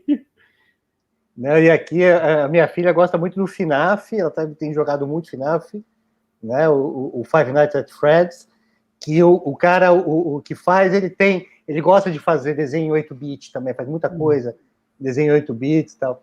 E eu tô com uma outra sobrinha aí em São Paulo, a Maíra, que tá tatuando, fazendo tatuagem e tal. Aí eu não sei se foi ontem ou anteontem, essa semana, final de semana, fez na perna do cunhado dela, fez o monstrinho do Come-Come, daqueles fantasminhas do Come-Come na perna do cunhado, né? Tá treinando, tá precisando aí de umas peles para fritar. E aí o cunhado tava lá, já corajoso, hein? Meteu um fantasminha do Come-Come na perna do cara. Do Fernando. Oi, Fernando. No dia que você quiser falar sobre tatuagem, eu te mostro alguns colegas que fizeram tatuagem depois de noitada, que você olha e fala assim, meu, marcou a vida até o resto da vida. Qualquer dia eu te mostro a minha. Mas a gente vai até hoje. Só que o ruim de ser pobre é esse, porque quando você tem grana, tudo você resolve. O pobre errou a tatuagem e se ferrou, mano. Tipo, anda de calça a vida inteira. Agora, existe uma nova modalidade de tatuagens, cara, que é a tatuagem feia. Isso daí agora é cult, tá ligado? É, uma tatuagem feia. Tá super no hype agora, é moda. É moda. Meu Deus. Vou contar pra minha sobrinha, qualquer coisa ela errar, ela já sabe o que ela leva. Ótimo, ela não é processada. Mas tem um movimento, é verdade, tem um movimento até internacional já de tatuagem feia. É hype, cara. Tá vendo como Eu posso ter certeza que é um cara, homem, que inventou isso para ganhar dinheiro e conseguiu passar a vergonha que ele tinha, ele transformou em movimento. A que eu conheço aqui no Brasil, que eu tenho uma referência, é uma garota, é uma moça. Ela tatua. Ela, para mim, é referência. Eu não conheço nenhum cara que faz. Um colega meu... duas mulheres que fazem. Não, tem um colega meu que fez o S do Sepultura e ele falou, ficou bonito, não sei o quê. Eu falei assim, pô, ficou legal, não sei o quê. Só que eu vi rápido, né? E daí ele chegou, depois ele voltou e falou assim, peraí. Ele foi no espelho, quando ele olhou, ele viu que estava bonito, mas só que estava invertido. Na metade das costas dele inteiro o S do Sepultura. Aí eu falei, olha, se eu sou você, eu escrevi a Sepultura tudo do lado contrário. Mas ele ficou com tanta raiva, tipo... Tem outras que eu posso nem contar no ar. Tipo, para a live de hoje, já que você falou Sepultura, eu deixei o meu quadro aqui do Caos AD, em homenagem ao caos que a gente está vivendo. Isso. Não, tem gente que é maluca, né? Que faz tatuagem, depois separa, né? E daí depois esquece. Olha só. Eu conheço um cara que fez tatuagem escrito Teve, só que ele fez hoje, o Teve passou uma semana e foi embora do time. Do Corinthians, Teve jogando no Corinthians. Isso, mas ele fez ainda no período que ele estava para ser ido embora. Então o cara estreou a tatuagem de um cara que não tem mais ligação, entendeu? Os caras é maluco. Eu falo, gente, tem coisa que você não pode fazer depois de noitada. Não faça. Não faça. Mas nós é nação, mano. O corintiano é tudo doido. Nós é nação, mano. Eu vou te dizer uma coisa, viu, meu? Olha, gente, o papo desandou, né? Foi para outra. Amor é isso. A gente está desopilando a tristeza. Mas isso é informação. A culpa é da Amora aí, né? Não, mas foi muito bom. É importante a gente estar em um ambiente. Se chegou a esse ponto a conversa, que está gostosa. O ruim é quando você sai de uma conversa e fala, meu Deus, tem que tomar um banho de descarrego, porque aquilo ali foi pesado, viu? Isso aqui foi ótimo. Vocês são maravilhosos. Cara, foi muito bom ter vocês aqui nesse espaço. A gente, infelizmente, vai ter que encerrar mesmo, inclusive porque entra outro programa na grade aqui, do Iaras e Pagus, né? Então, queria agradecer muitíssimo ao Wagner, agradecer ao Anderson, agradecer ao meu companheiro Israel, está sempre aqui com a gente, né? Agradecer ao Ponciano, sempre que né, encheu o nosso saco até a gente botar esse programa no ar, né? Isso é muito bom a gente ter feito isso. Agradecer ao FMT, a Universidade Federal de Mato Grosso, o programa de pós-graduação em comunicação, né? Agora, inclusive, agradecer ao Bruno, nosso coordenador aí do programa, que eu fiquei um mês, né, sofrendo com o CIEX, que é o sistema de projeto de extensão aqui na universidade, e agora, essa semana, o Bruno me resolveu essa coisa. Não, ele fez um programa maior de extensão e botou o nosso programinha lá como parte do programa dele, já me resolveu o problema burocrático, que eu vou te contar, cara. Eu perco mais cabelo com a burocracia que qualquer outra coisa, né? Dizer que é importante a gente ter o Estado, é importante o Estado fornecer efetivamente vacina, comida, né, lazer, arte, cultura e comunicação.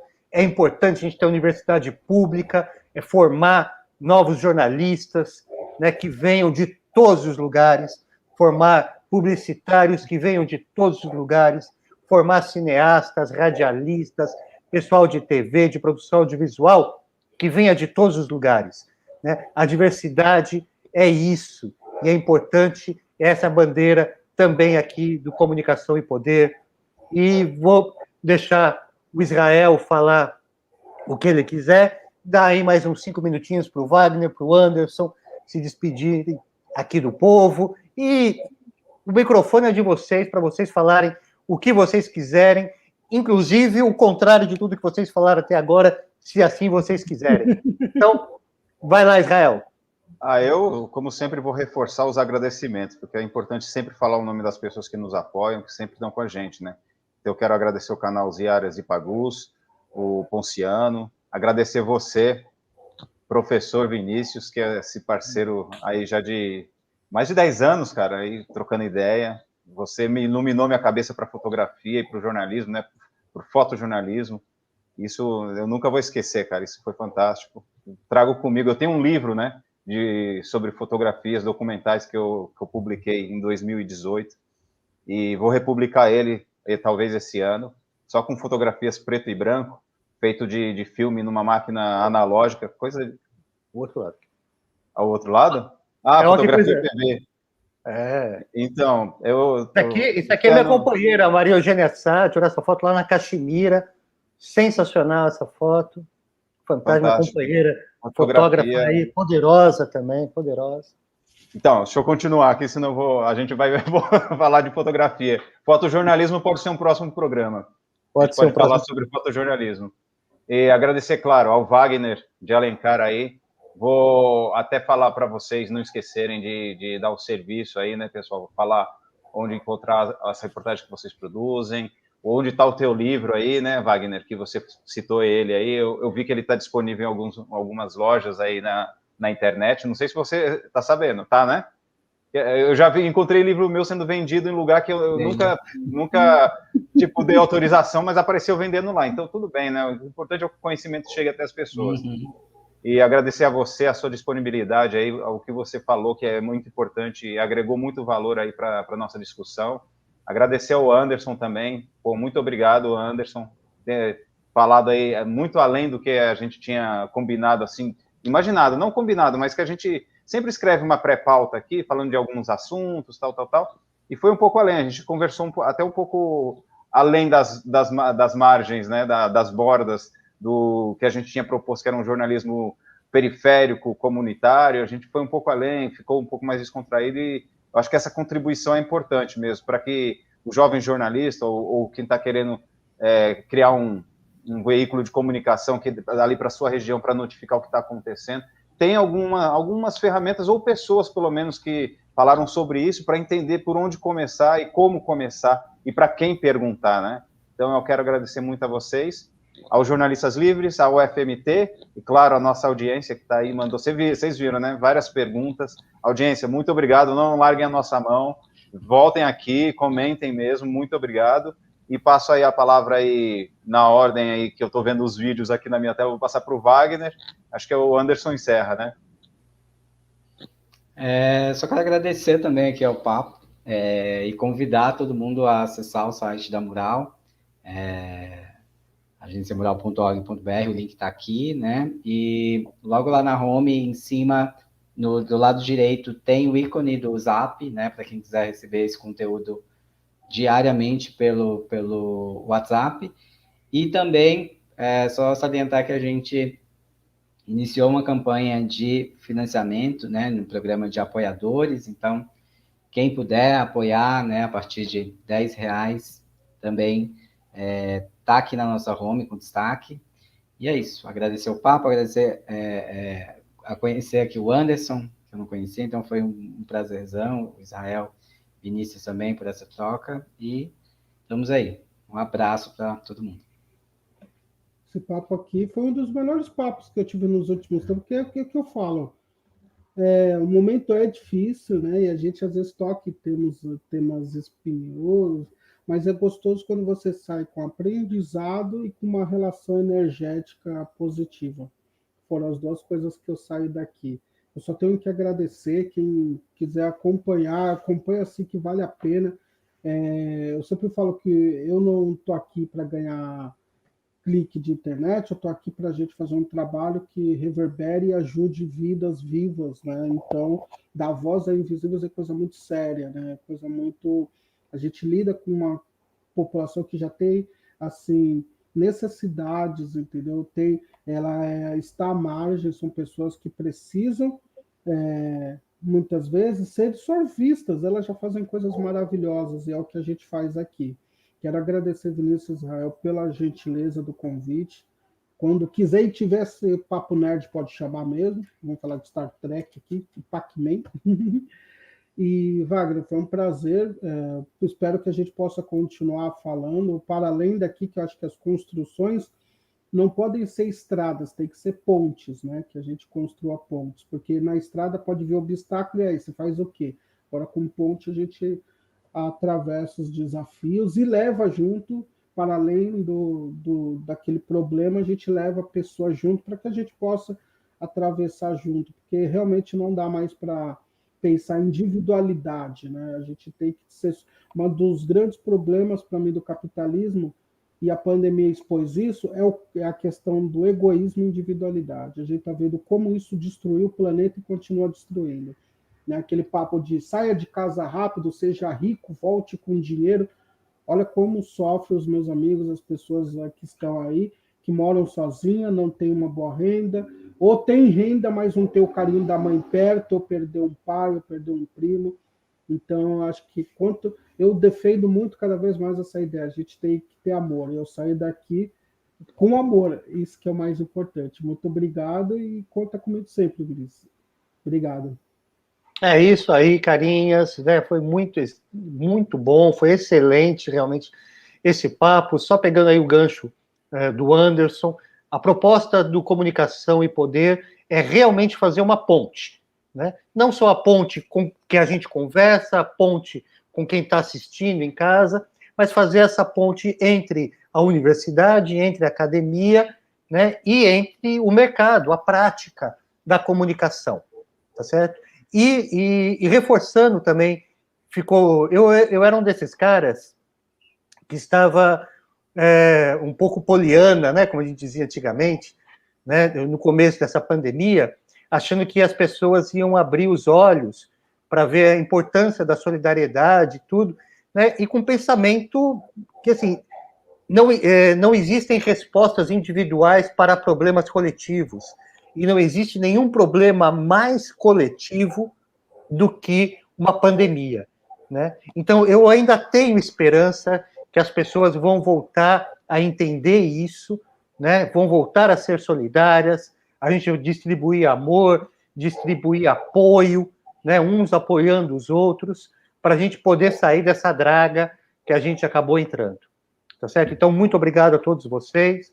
Eu vou fechar aqui a transmissão, né? Agradecendo de novo ao Iaras e Paguso, a Casa Flutuante, Jornalistas Livres, o Jornal Empoderado, o Mural, a UFMT, né? Agradecer a possibilidade de a gente estar aqui, estar vivo, estar lutando, trabalhando, e vamos cuidar de quem está vivo enquanto está vivo, né? É importante a gente falar das pessoas importantes que se foram, mas é muito mais importante mesmo falar delas enquanto elas estão aqui lutando, batalhando, sobrevivendo e ajudando uns aos outros. É isso aí, galera. Valeu todo mundo que esteve aqui, que participou com a gente. E nos vemos daqui a 15 dias com um novo tema, discutindo comunicação, discutindo poder, né? Aqui no Iaras e Pagus, no Jornalistas Livres. Abraço, até mais!